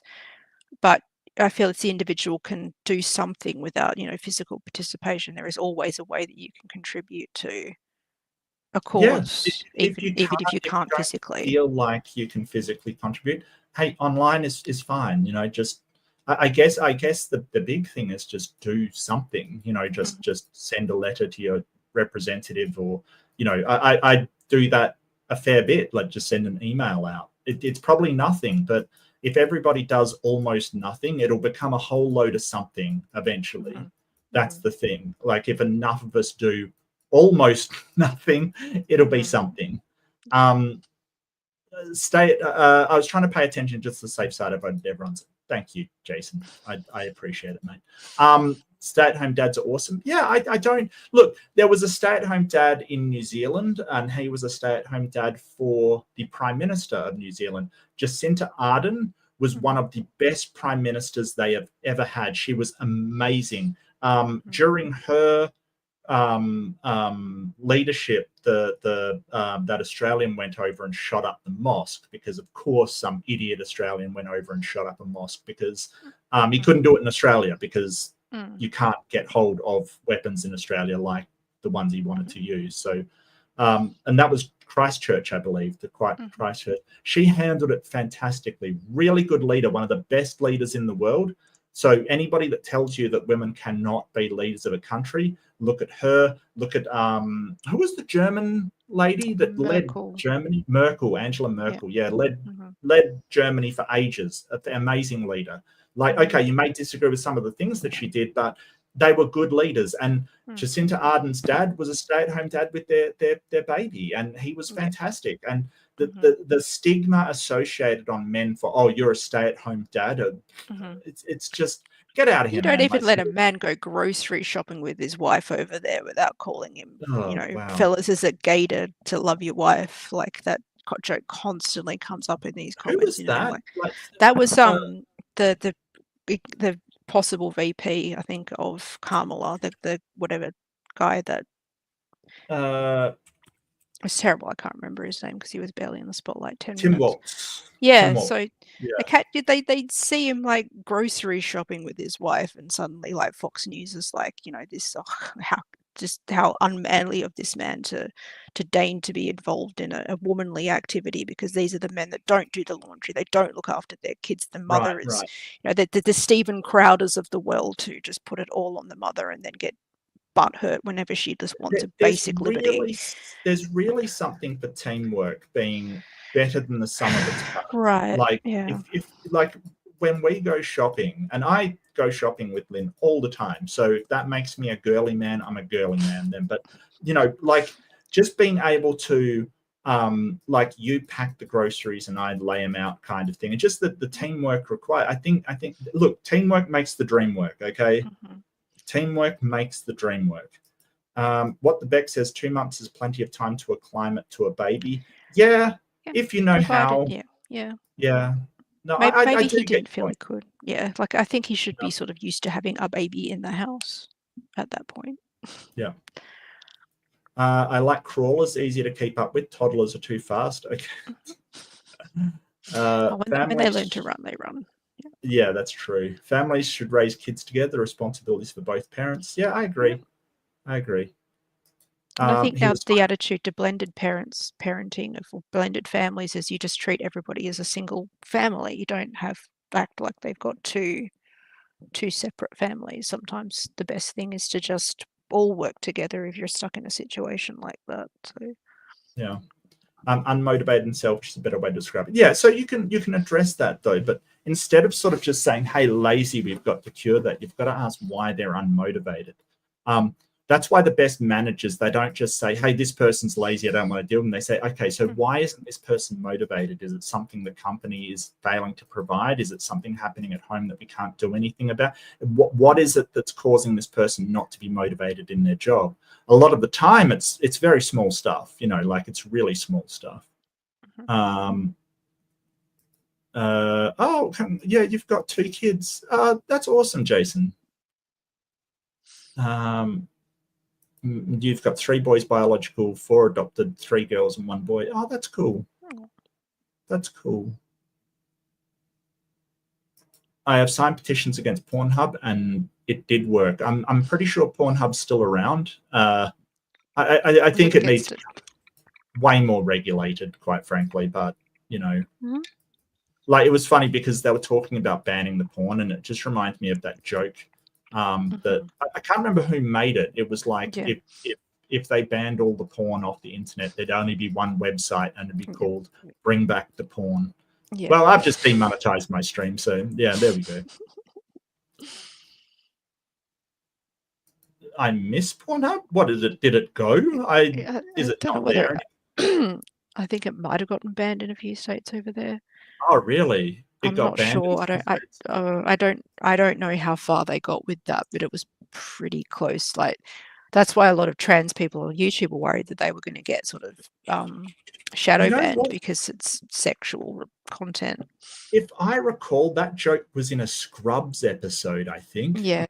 Where it was that sarcastic doctor that said, like, if they banned the porn, there'd only be one website left, and it'd be called "Bring Back the Porn." Like, I think it was hilarious. Look, Scrubs had some very, very interesting things to say. Yeah, it was a petition to like, because they were worried that underage girls were slipping through the cracks on Pornhub. So yeah, there was pushback, and I think they did address it somehow. I can't remember what the solution was, but yeah, Pornhub wasn't taking enough responsibility for some of the shit that was on there.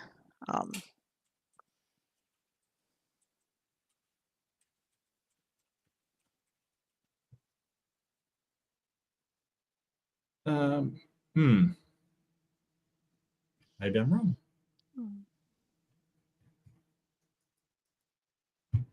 Okay, let's see. How did that go? Everyone is wrong. Okay, well, I know Jason contributed to that, so I'm going to blame Jason for that one. Because why not? I got to blame somebody, right? I can't take responsibility. I'm like Trump. I can't take responsibility for my own actions. What kind of nonsense is that? Okay, do you want to do the next one?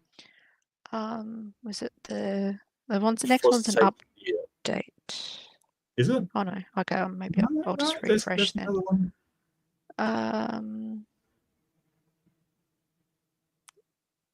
Forsaken Year 7175. You don't have it? No, not immediately. Okay. I'm not seeing what you're seeing. I'm sorry. That's all right. I'll just do this one as well. That's fine. Oh, sorry. So am I the asshole for reminding my mum that she disappeared 6 years ago? Well, it depends why she disappeared. If she just took off, like, to go to Vegas or something and never came back, then I guess no.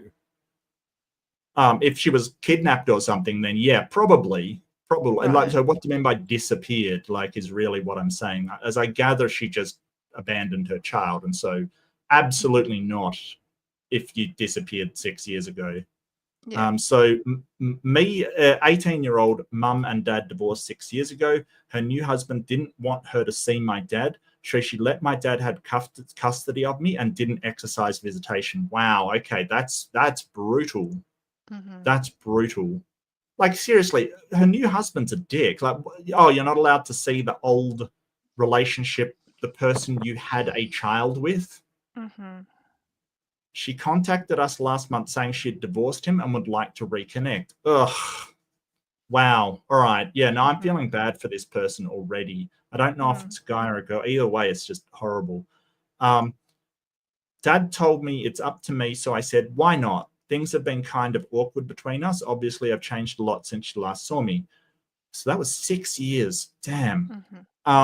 When she came over yesterday, I was reading an offer from a gentleman. My mum said, you're too young to be reading these toxic romance books. I stared at her and said, I was 12 when you disappeared 6 years ago. I'm 18 now. She spluttered for a moment and told me there is no need to use that word, that she made a mistake and there is no reason to throw it in her face. Okay. Yeah, no, I'm gonna say not the arsehole on this one. No. Holy crap. She didn't throw it in your face. She stated a fact. Right. You abandoned her. Like, but instead of going, oh, there's like, oh, I know I did wrong, but there's no reason to throw it in my face. It sounds like you're not allowed to talk about it. Right. It sounds like that. I've come back now, and any discussion as to what I did is off the table. Like, we don't discuss that anymore because I'm here now, and whatever I did then is now null and void and not up for you to be upset about. So if you mention it, I'm going to get upset. Well, it sounds like she's just sort of saying, like, she's just obviously guilty about it, but doesn't want to hear about it. How is she supposed to express how she feels about it? You know, and you've admitted you did wrong because you made a mistake. You know, you obviously know you did wrong, but you don't want to talk about it. How, like, what? Has she even apologized? Well, it doesn't sound like she's taken full responsibility. She's just, yeah, I know I did. You know, it's one of these people that are kind of very dismissive about their mistakes. So just like, yeah, I know I did that thing. You keep bringing it up. I said, maybe they thought they said sorry and they haven't really. Like, maybe she hasn't actually said a single word to the effect and she still feels justified. And I think that, you know, at the end of the day, she's just trying to say, hey, I'm an adult now and I can do whatever I want. You know, like, you're too young for these toxic romance. And it's like, she's 18. She'll, you know, she can go out and see a porn movie if she wants. She's not too young for it. You know, like, she's 18. Right. You know, I think that, to be honest with you, that's a good response. It's like, you're still thinking of me as a 12-year-old and I am not a 12-year-old, not even a 15-year-old. Right. And obviously there is some, there's obviously some resentment there, which I would expect. If my mother disappeared for 6 years when I was, okay, so my mother took off with, so when I was about, what was it, about 15 or so? I think it was about 15 or so. She took off for a year and a half, I think, to Ghana with her new guy. She divorced my dad, took off with the new guy to Ghana. And I was resentful over that. I can't imagine how I'd feel after 6 years of her being gone. You know, because at 15 or so, that's a really confusing, hard time to go through. That's puberty. It's always a mess. Like, if your parent just neglects you, even neglects you for that time, it's hard. Much less leaves completely for another country, or in this case, leaves completely for another dad, you know, like. But she hasn't stuck around to kind of make sure you're okay with the situation. I think that was a very, like, another common thing too. Like, I appreciate second wave feminism. I totally do, for what it could do for women, but telling them they can have everything, like, yes, you can have everything. Just bear in mind that the choices will have effects on your kids because you chose something else over them. And I won't go into my mum because it's incredibly complicated. And I'm incredibly proud of what she has done with her life. However, it has affected our ability to communicate for her not being present. And my dad did step up to an extent, to the best that he could do. But again, we were feeding ourselves, at least, you know, looking after ourselves during the day. He wasn't Mum waited until we were both in school to go back to work. But yeah, I mean, I just started to just think, oh, Mum's just gone. I just got to the point where I'm just, oh, Mum's in Sydney, Mum's over here, Mum's in, this country, that country, wherever. It was just something happening in the background for me, because I got so used to her just jetting off three or four times a year. For her, wasn't even a job; it was her hobby, effectively. So I just got conditioned to stop, like, caring about that. And it was like, yeah, you can sort of accidentally cause that by choosing something else over your kid. So this kid's probably just processed all of that and gone, okay, well, you just weren't here. So why are you now telling me how to? Well, yeah. It's that idea of, like, you meet people and they'll go, well, where's your mum, kind of thing. And you're like, oh, well, Mum's not home when I get home, kind of thing. And they'll go, what? And you're sort of like, no, that's normal. And they'll go, no, my mum's home all the time. And I'm like, that's not normal. But apparently it is. Like, the parent will be home, when you're coming home from primary school, you're, 10, 12 years old and you're coming home. Apparently a parent's there, where that was never the case in my house. Right. Yeah, you were the latchkey generation. Like, yeah. Like, and seriously, that's normal. Yeah. At age of 12, I knew how to break into my own house in case I, couldn't get in, or nobody was home, kind of thing. I knew how to break into my own house. Because, my parents were always away. So, yeah, yeah. So yeah, it's, but this sort of just like, this is abandonment. Like, if you're trying to reconnect on your terms as a parent and expecting that kid to be completely 100% open to that after that many years, like 6 years, like just coming back and going, well, I'm here now, let's start that relationship that I took away from you for 6 years. Now I'm ready to be your mum. If that's how that kid feels? Yeah. So, okay, I'm 18 now and I'm making my own decisions, and you've got the audacity to come in and tell me not what to do. Of course she's going to react like that. Like, she's not going to go, oh, of course, like, I totally respect your opinion on this, because you've had no bond for that. And which is, again, 12 to 18. It's an incredibly hard time from, I'm assuming this is a girl, to go without their mum. For any kid to go without their mum, like literally just your entire adolescence, practically up until 18, like when you kind of need a mother or you need a parent around, whether you could look after yourself physically or not. You can't just sort of rock up one day and just say, we're going to reconnect and you're not allowed to talk about anything that I've done in terms of leaving you. And she's passing off as a mistake. This is a big mistake that you've made. Like, it's not trivial. Yeah. And it sounds like she's trivializing the whole thing by saying, like, oh, I did this one thing to you one time. Well, and you're just going to hold it over me forever. It's important to have a dialectic approach to it, right? And, to quote Scrubs again, the fact that you're sitting here today means that your parents could have done a lot worse. Right. So in psychology, we're really talking, and I'm not a psychologist, I'm not a psychiatrist, I just have done a lot of therapy. We look at our parents and go, okay, well, we don't like what you did here, but at the same time, we can be grateful that we're alive and that they provided for us, right? We don't have to take this, oh, they're totally bad. And that's what parents hear with any criticism.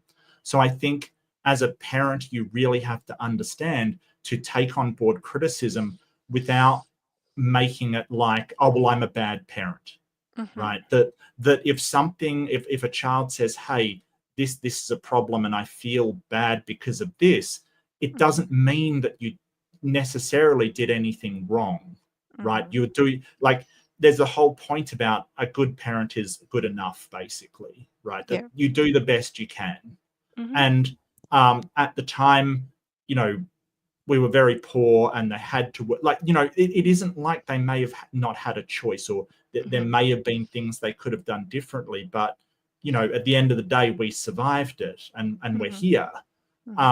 But at the same time, you have to acknowledge that wasn't a good situation to be in. So it's this dialectical approach where you can say, hey, I love my parents and that they, provided and did what they thought was best and did everything. But just because I've got a problem with one thing they did doesn't mean they're a bad parent, right? It doesn't, don't take it as, well, parents that aren't there are automatically bad parents. That's not the case, right? No. It just means there is this thing that, could have been done differently, and you would have liked to have done differently, but at the end of the day, they did the best they could, and we still love them.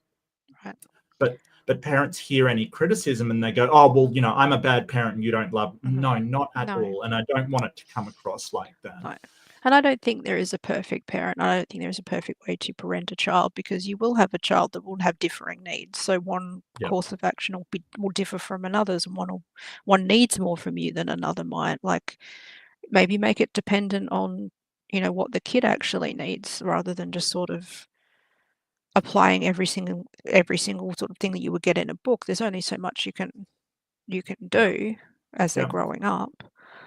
Things will be outside your control, but getting upset with them because they're not turning out how you thought they would, it's like, that's not really fair either. No. Well, actually, I found it while I was looking. So are you ready? Porn off the internet, there'd only be one website left, and it'd be called Bring Back the Porn 3, and most. I could probably get away with that. Oops. I just cancelled my thing. Hold it. Oopsie-daisy.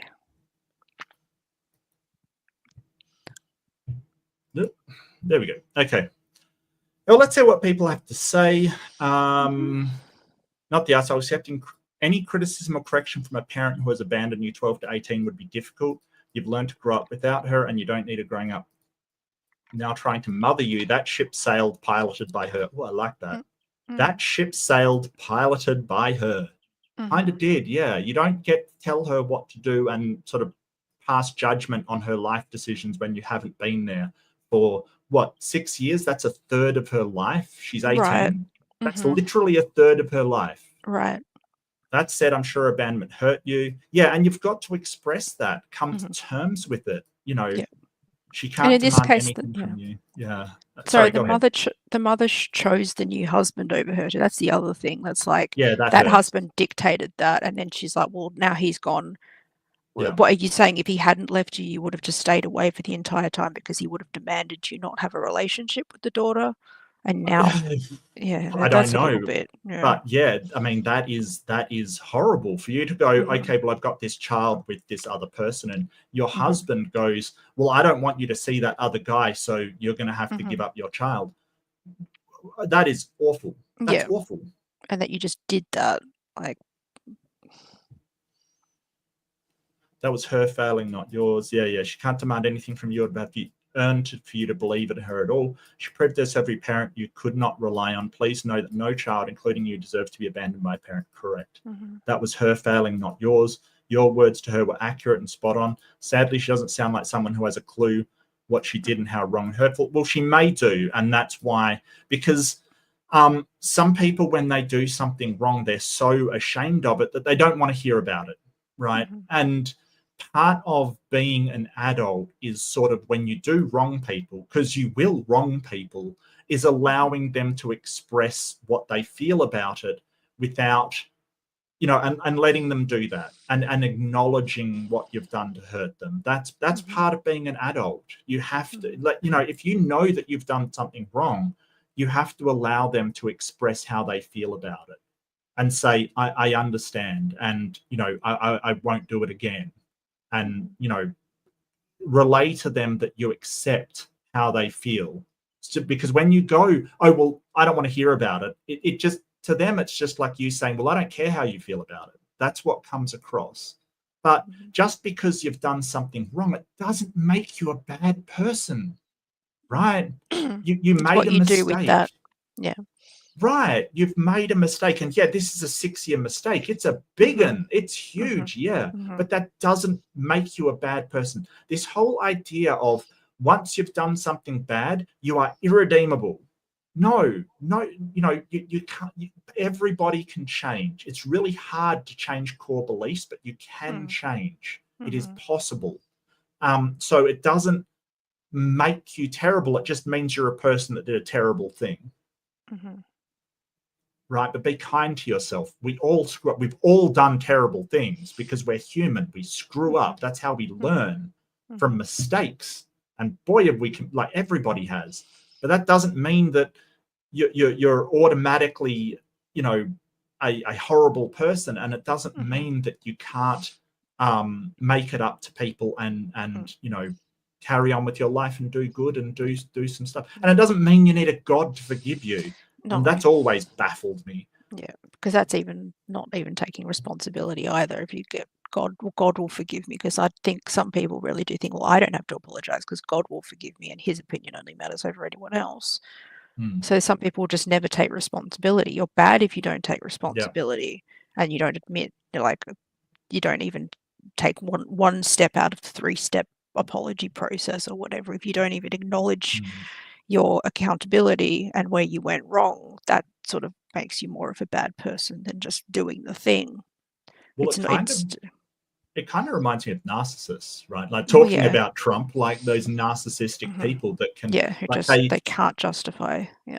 Well, they can never admit that they've done anything wrong because their insecurity is that high that admitting they've done something wrong just, they can't do it, because if they've done something wrong, they're the horrible person they deep down suspect that they are. And so you have this horrible cycle in sort of these narcissistic people of never acknowledging they're wrong, keeping on doing the things that they're doing, trying to convince everybody how fantastic they are, like this never-ending cycle. And it's awful to see. And so many people hurt around them. It's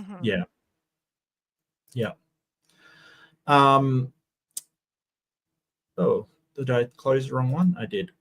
Okay, next one. It said, not the arsehole. Did you conveniently forget that you had grown up in those 6 years? Your reply was a perfect lesson in karma.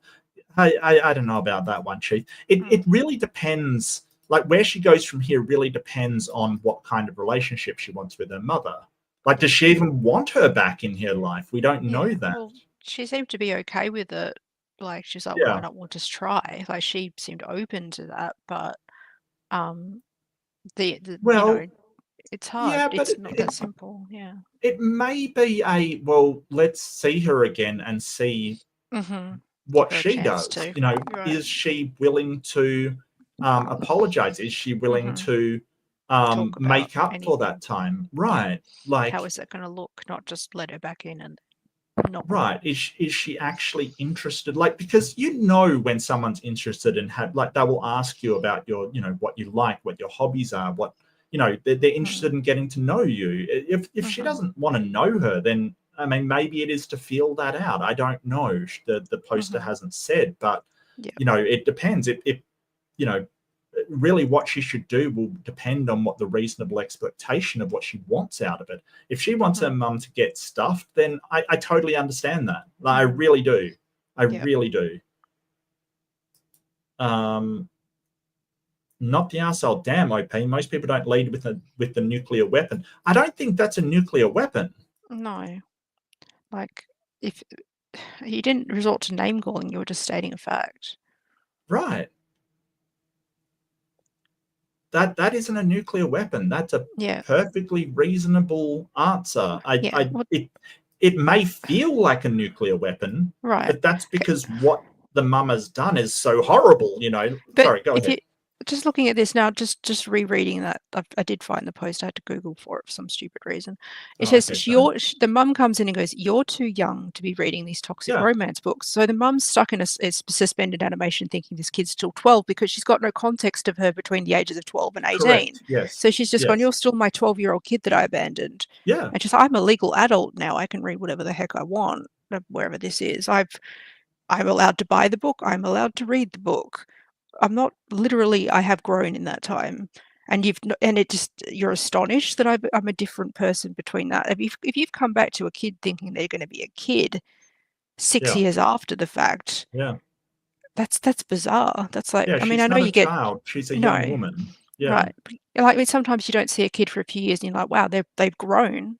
But, Mm, and then you're like, okay, and then you adjust to the fact they're not a little kid anymore. But if you're just right. coming back going, oh, my daughter's going to be exactly the same as how she was when you were 12, you are grossly naive It's a to problem. expect that. That is very Yeah. weird that you've come back into this thinking she's the same person you left behind at the No, same I age agree. bracket. This mother's weird. Like, and she has weird expectations. And I think she was right to say, hey. The petition was to get rid of underage girls. I absolutely agree, Beck. Yeah, absolutely. Yeah, they had to fix that. Yep, says correct. Always. No, To accept when I'm not, and except when you're not. You're true. boy, You're howdy. correct every time, except for the times you're not. Yeah. There was a song, "The Internet is for prawn." Yeah, I got you. Oh goodness! If shopping means being girly, then I guess I'm going to marry a woman, which is okay, me being bi. But I must say there are hints telling me Soot's absolutely a man, but he does 80% of the shopping and 100% of the cooking, and yeah, he spoils me. Oh, that's so sweet. I'm a big fan of Soot. I'm a big fan of Soot, and I don't think I've ever met Soot. I'm still a big fan. No, it's fun. And you know what? I used to really not mind going shopping with my girlfriends. Like people, like men are like, oh, you know, it's so boring, and I just have to sit there, all this stuff. I don't know. I'm so analytical that I'll be like, this goes with this, but I'm not sure about this, and what are you going to use this for? I don't know. I really didn't mind. So if that makes me a girly man, then fair enough. Yeah, Scrubs was a comedy show that was very funny, but it would take a right hard turn into serious occasionally, and it would be rough. Like it was like, wow, I did not see that coming. There was an episode with a funeral, and oh boy, did that take a right turn into jaw-droppingly horrible. It was hard to watch. Jason says choosing a significant other over a child is not right. Especially like your next relationship from a divorce. I don't, like how like controlling was this other person that they were like, you have to cut your kid out of your life or never see me again. Well, it didn't say that, but it said you have to cut your ex out of your life. But like I can't think of a single person that wouldn't say, hey, I've got a child with that ex, so I can't cut them out of my life. And if somebody said to me, like somebody had been divorced, say, and I was with them, and they said, hey, I'm gonna stop seeing my ex, so I don't, you've got nothing to worry about there. I'd be like, don't you have a kid with that guy? Yeah, right. What about the kid? Yeah. If like they're a bit.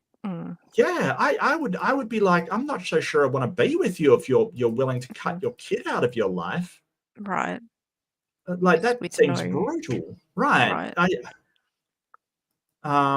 Beck says my mum left when I was 5. I'm sorry to hear that, Beck. Didn't see her till my grandmother passed when I was 16. Next time I heard about her, she had stage 4 cancer and died for it. Oh, that's sad. I'm sorry, Beck. No responsibility for their actions, reprehensible as parents towards child. Yeah. I wouldn't say arsehole on this one.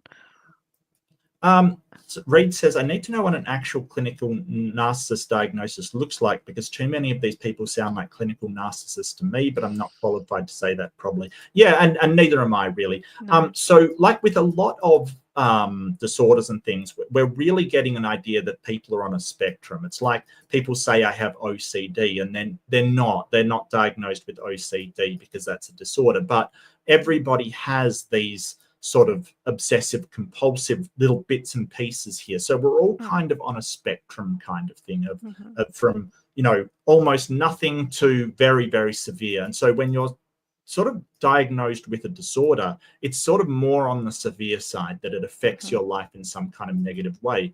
The problem with narcissists is because the disorder itself means that they cannot acknowledge that anything is wrong to them.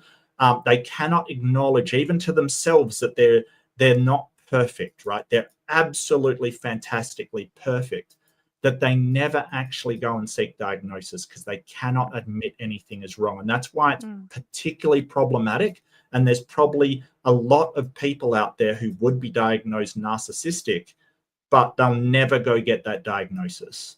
The disorder is antithetical to the treatment. Like, it really prevents treatment. And so I've heard from multiple psychologists that they're incredibly difficult to deal with because they don't have to threaten them with something else, to losing something sometimes, and even then they'd be reluctant to seek therapy. Well, I don't think so. And there's multiple different types and things like that, but getting them to realize how negatively it's affecting their life is incredibly challenging, but it can be done. It's a problem. But there's a lot of people who exhibit sort of narcissistic traits, but it's not narcissism disorder because it doesn't negatively affect their life in the severity that we would expect from a diagnosis. I think they're more egotistical than narcissistic. Like, I think. Sure. Yeah. I mean, there's a lot of egotistical people around, sure. But like, a lot of people have, narcissistic traits, but would not like sort of it. So like autism, like, it's not enough to just have one trait. It has to be a number of these traits that add up to the diagnosis. So yeah. Oh, and Deviant's gone through the DSM-5. A grandiose self-centered importance, preoccupation with fantasies, unlimited success, power, brilliance, beauty, or ideal love, believing they are special and unique and can only be understood by or should associate with other special high-status people. Man, sounds like Andrew Tate, to be honest with you. Requiring excessive admiration, a sense of entitlement, being interpersonally exploitative, lacking empathy, often being envious of others or believing others are envious of them, showing arrogant, haughty behaviors or attitudes. Yeah. And that gets into a whole load of other behaviors like, sort of gaslighting is one that they participate in to a large degree, telling you that, oh, it's not them being haughty, it's you being paranoid or something. Stuff like that is just, incredibly bad. The marriage was important. She abandoned her daughter, but now it's washed out. She's lonely. It's giving that, but it might not be true. But it's definitely giving me that impression that she got abandoned herself, and then she's kind of like, oh, okay, I've got to reconnect with the family I walked out on. I don't know what her actual other reasons for walking out. Maybe the father of the kid was a piece of trash. We don't have a lot of context for that, but it doesn't sound like, because she's happy to have just left the kid with the dad and didn't even fight for custody. She's just like, yeah, you take her and I won't fight for anything. Maybe the dad was the one who said, look, you've got to make a choice between how much involvement you have, but I don't think so. It sounds like she unilaterally just didn't want anything to do with it and just left. That's the impression it's giving. And then, okay, so the new husband maybe walked out on her, and she's sort of come back to, like... Well, that happens a lot. Like, Cat Stevens wrote a song about, the cats in the cradle when the, old man has time, he then wants time with his son who's got no time, just like him. It happens a lot with, mums when they neglect their daughters and then they retire and suddenly want a relationship. They'll suddenly want this, complex relationship that they never found it in the first place. It is a problem. Yeah, it is, totally. I missed Majestic Beck. You got to set man. Look, I think your mum is anybody that is a mum to you, and that's all. That's good though, Beck. I'm glad you said. It's interesting that the poster's mum got upset with her for reading a novel that sensationalizes romance after divorcing a seemingly really toxic man. Yeah, yeah. And she obviously took the choice of romance when she went with the new man. And then she's saying, hey, don't read romance novels. Right. It's hypocritical. It doesn't mean it's bad advice, Reed. I've said this often. Like, it may be good advice not to read romance novels and sensationalize, relationships. But, doesn't make it wrong. Hypocritical, hell yeah. Hell yeah. Doesn't make it wrong. Your uncle is a diagnosed narcissist. Know what it looks like. Applies for too many toxic people I met. Look, some people have the traits. They're not necessarily a narcissist, but narcissistic traits are abundant out there. Yes. Jason says that's the thing. A good parent prioritizes their child while they're a child. Yeah, that's true. Yeah. No, I agree, Jason. I really do. One can be bad parents yet be a good person. Being a parent is a relationship you have in your role as a caretaker. Yeah, exactly. Right. Yeah. I think whoever is my parents are whoever acts as parents to me when I'm growing up. Whoever raised you is your parents. Well, that's what I feel about the especially the trans community, but the drag community and the LGBTQ plus community. They've fostered families within their own environment. They've sort of created families within their own culture because so many of them were just summarily abandoned by their real parents. So that's an example of creating families out of a non-familial situation. Like, really, we should be redefining as family who's anyone who's prepared to take care of you and have a reciprocity that you wouldn't normally have with a stranger. And I sort of I sometimes look at people and I think, like, you're in this family full of toxic people. If you got rid of the fact that you were all related to one another and had a choice as to whether or not you spent time with one another, would you spend time with these people as a stranger? You probably wouldn't. And if you ask yourself that and think, oh, well, I don't like, that might realign your perspective of what constitutes a family member. And the funny thing is, the people who don't even see that they've created that toxic environment even understand why people are leaving the family. But you've created an environment that excluded a person. Right. Like, you might have physically kicked a kid out and then wondered why they're not willing to have a relationship with you. Well, that's why I don't get the nuclear family push by the Christians at the moment, because it's redundant. You see people like I mean, he's a bit of a joke, but Jesse Lee Peterson sort of saying, hey, you should stay with your abusive husband if because he's the father. Yeah. Right. Because it's just this madness of, hey, we want to promote this structure, no matter how toxic it is, no matter how and that's not to say that all nuclear families are toxic. They can be absolutely supporting and loving, but we're gonna like part of humanism, we're going to promote them on how good they are for the well-being of the members, not and it may be better for people's well-being to be a single mum than to be in a toxic nuclear family. Maybe better for everybody involved. Right. You looked up a book off from a gentleman. It's a retelling of Cinderella in the 1800s. Okay. Well, I mean, but if they watch Cinderella from Disney, they probably wouldn't have a problem.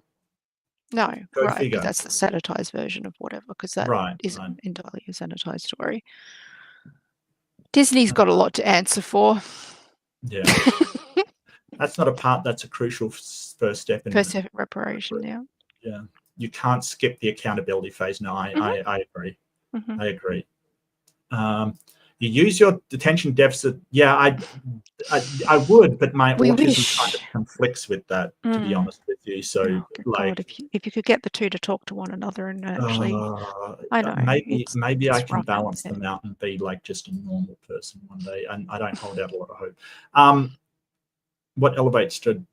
Yeah, absolutely. It is a good show. It's very good. It's very good. Bit weird, bit offbeat, but very, very good. I like it. And we've gone over 2 hours. I might call it if that's okay with you.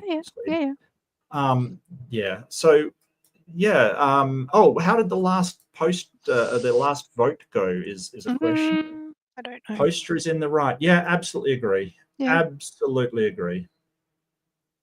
I don't even think she was being that combative. Yeah.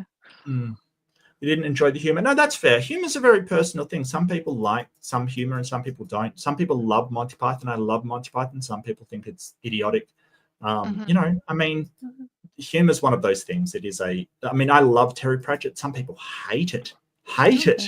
And I'm like, okay, well, that's fine. I totally get it. It's totally fine. But I hope you've had a good time, and thank you for joining me. Thank you so much, Lynn, for being here.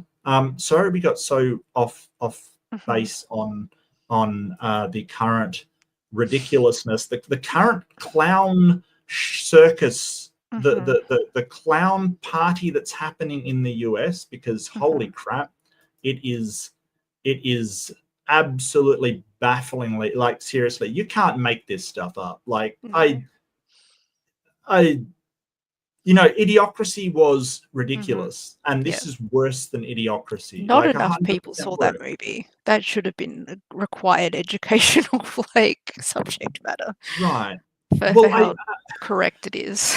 Well, Big Bad Mum is saying more Trump bashing. I did a sort of, open room at one point. So you're thinking of electing a felon kind of thing. And apparently not only were you guys thinking about it, you actually did it. So congratulations.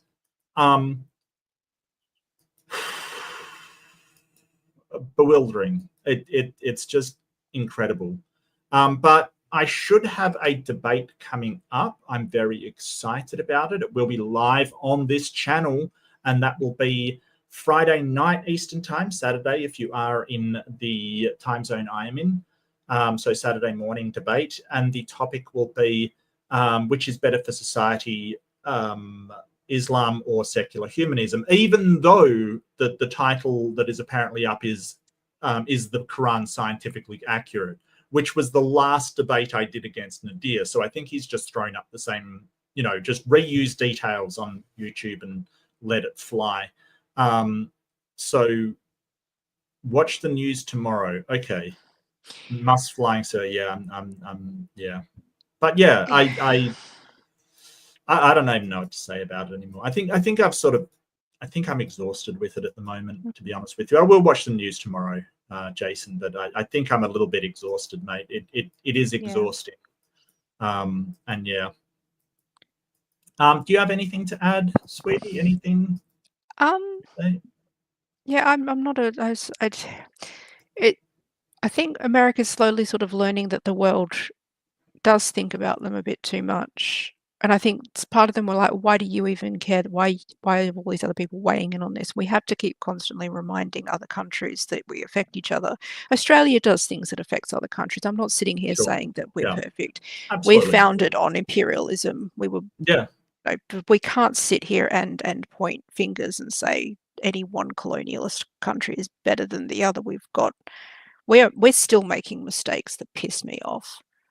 Like absolutely just drive me mental in this country, and I don't want that fascistic attitude to infect our culture, but unfortunately it appears to be doing that, and that's my concern, that we will start adopting these principles that we were not founded on at all, and we do not summarily believe, or because a few people just don't like wokeism.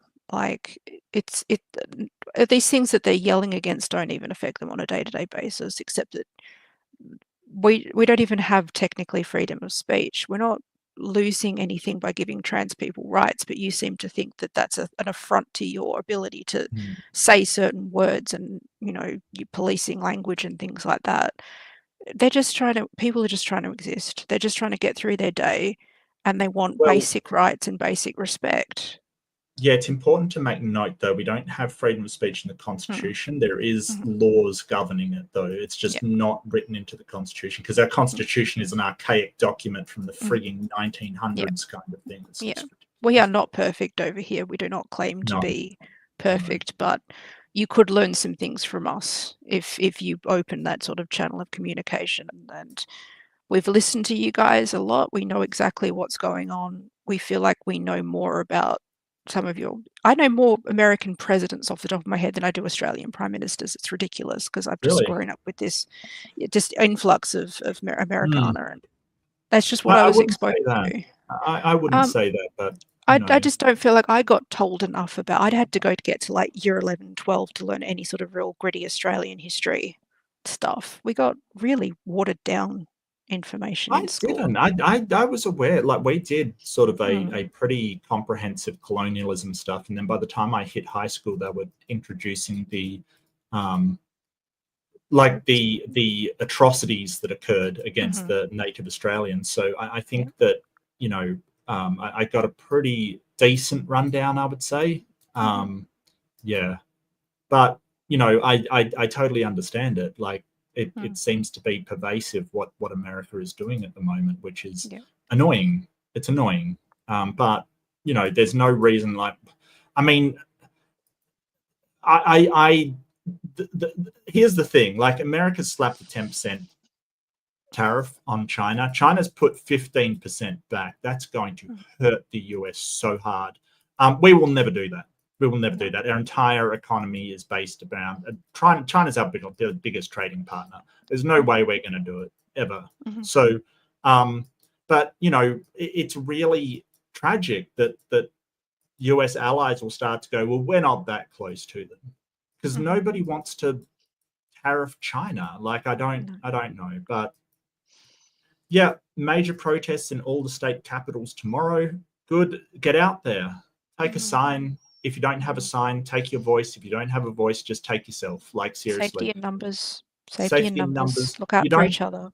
You don't have to change the world all by yourself. You just No. have to be present, and that's all. Just be counted. Yeah. You know, please stand up. Yeah. I've gone to protests before. I've been to tons of gay and trans protests. You know, just standing there because you know, I don't like crowds, but just standing on the fringes where I feel comfortable. Just be there. You're creating a space for conversation as well, and that's important. Like, you're using your that's true. platform as a space to just discuss things and at least try and help people to feel like they've got a safer space to say what they want to say without, you know, repercussions of like just getting it out of your system and just speaking about it. Like, that's important. Yeah, well, thanks for letting me know, Jason. I didn't know that. You know, and look at it this way: even if it's not a huge protest, go out, enjoy, talk to people. You know, you know, just be in your cities and be present in your cities. Be you know, be there. But yeah, anyway. Thank you so much, everybody. It's been a blast. Don't forget, be kind to yourself. Just because you make a mistake doesn't make you a bad person. If you refuse to hear from somebody that you've wronged, that may make that's even worse. So, you know, if someone thinks you've done wrong, even if you don't think that you've done wrong, you're allowed to hear them out, understand how they feel, and say, well, I disagree, but I can appreciate you telling me how you feel. Like, you know, I get it doesn't have to be you're a horrible person because you criticize me. It doesn't have to be that way. You can be criticized and say, well, I don't agree. But that's okay. They're entitled to their opinion, and that is what it is. But be kind to others, and part of that is hearing them out. You know, there's plenty of people that come on my channel and say, you're the worst debater that I've ever heard in my entire life. And I'll be like, well, you're entitled to your opinion. I don't agree. But, you know, that they will tell it to me a lot, and that's okay. You know, I don't, you know, they think that I'm in it to be the best ever. Nope. We have no pretense here. No, I don't. You know, I don't have to be the best debater in the world. I don't have to be the best person in the world. I just enjoy ideas. I enjoy clashing ideas. I enjoy evaluating ideas. I enjoy analyzing things. That's it. That's all. I don't have to be amazing. I just have to be me, right? That's all I have to be, is me. And I hope for the best, because you know, if I'm not going to be me, then why am I here? Why is the channel called Mark Reed? Shouldn't it be Mark False? I don't know. Like, why would I come on and be somebody else? It's weird. But you know, all the best, everybody. Love you so much. Take care, and I will see you in the next one. Bye-bye.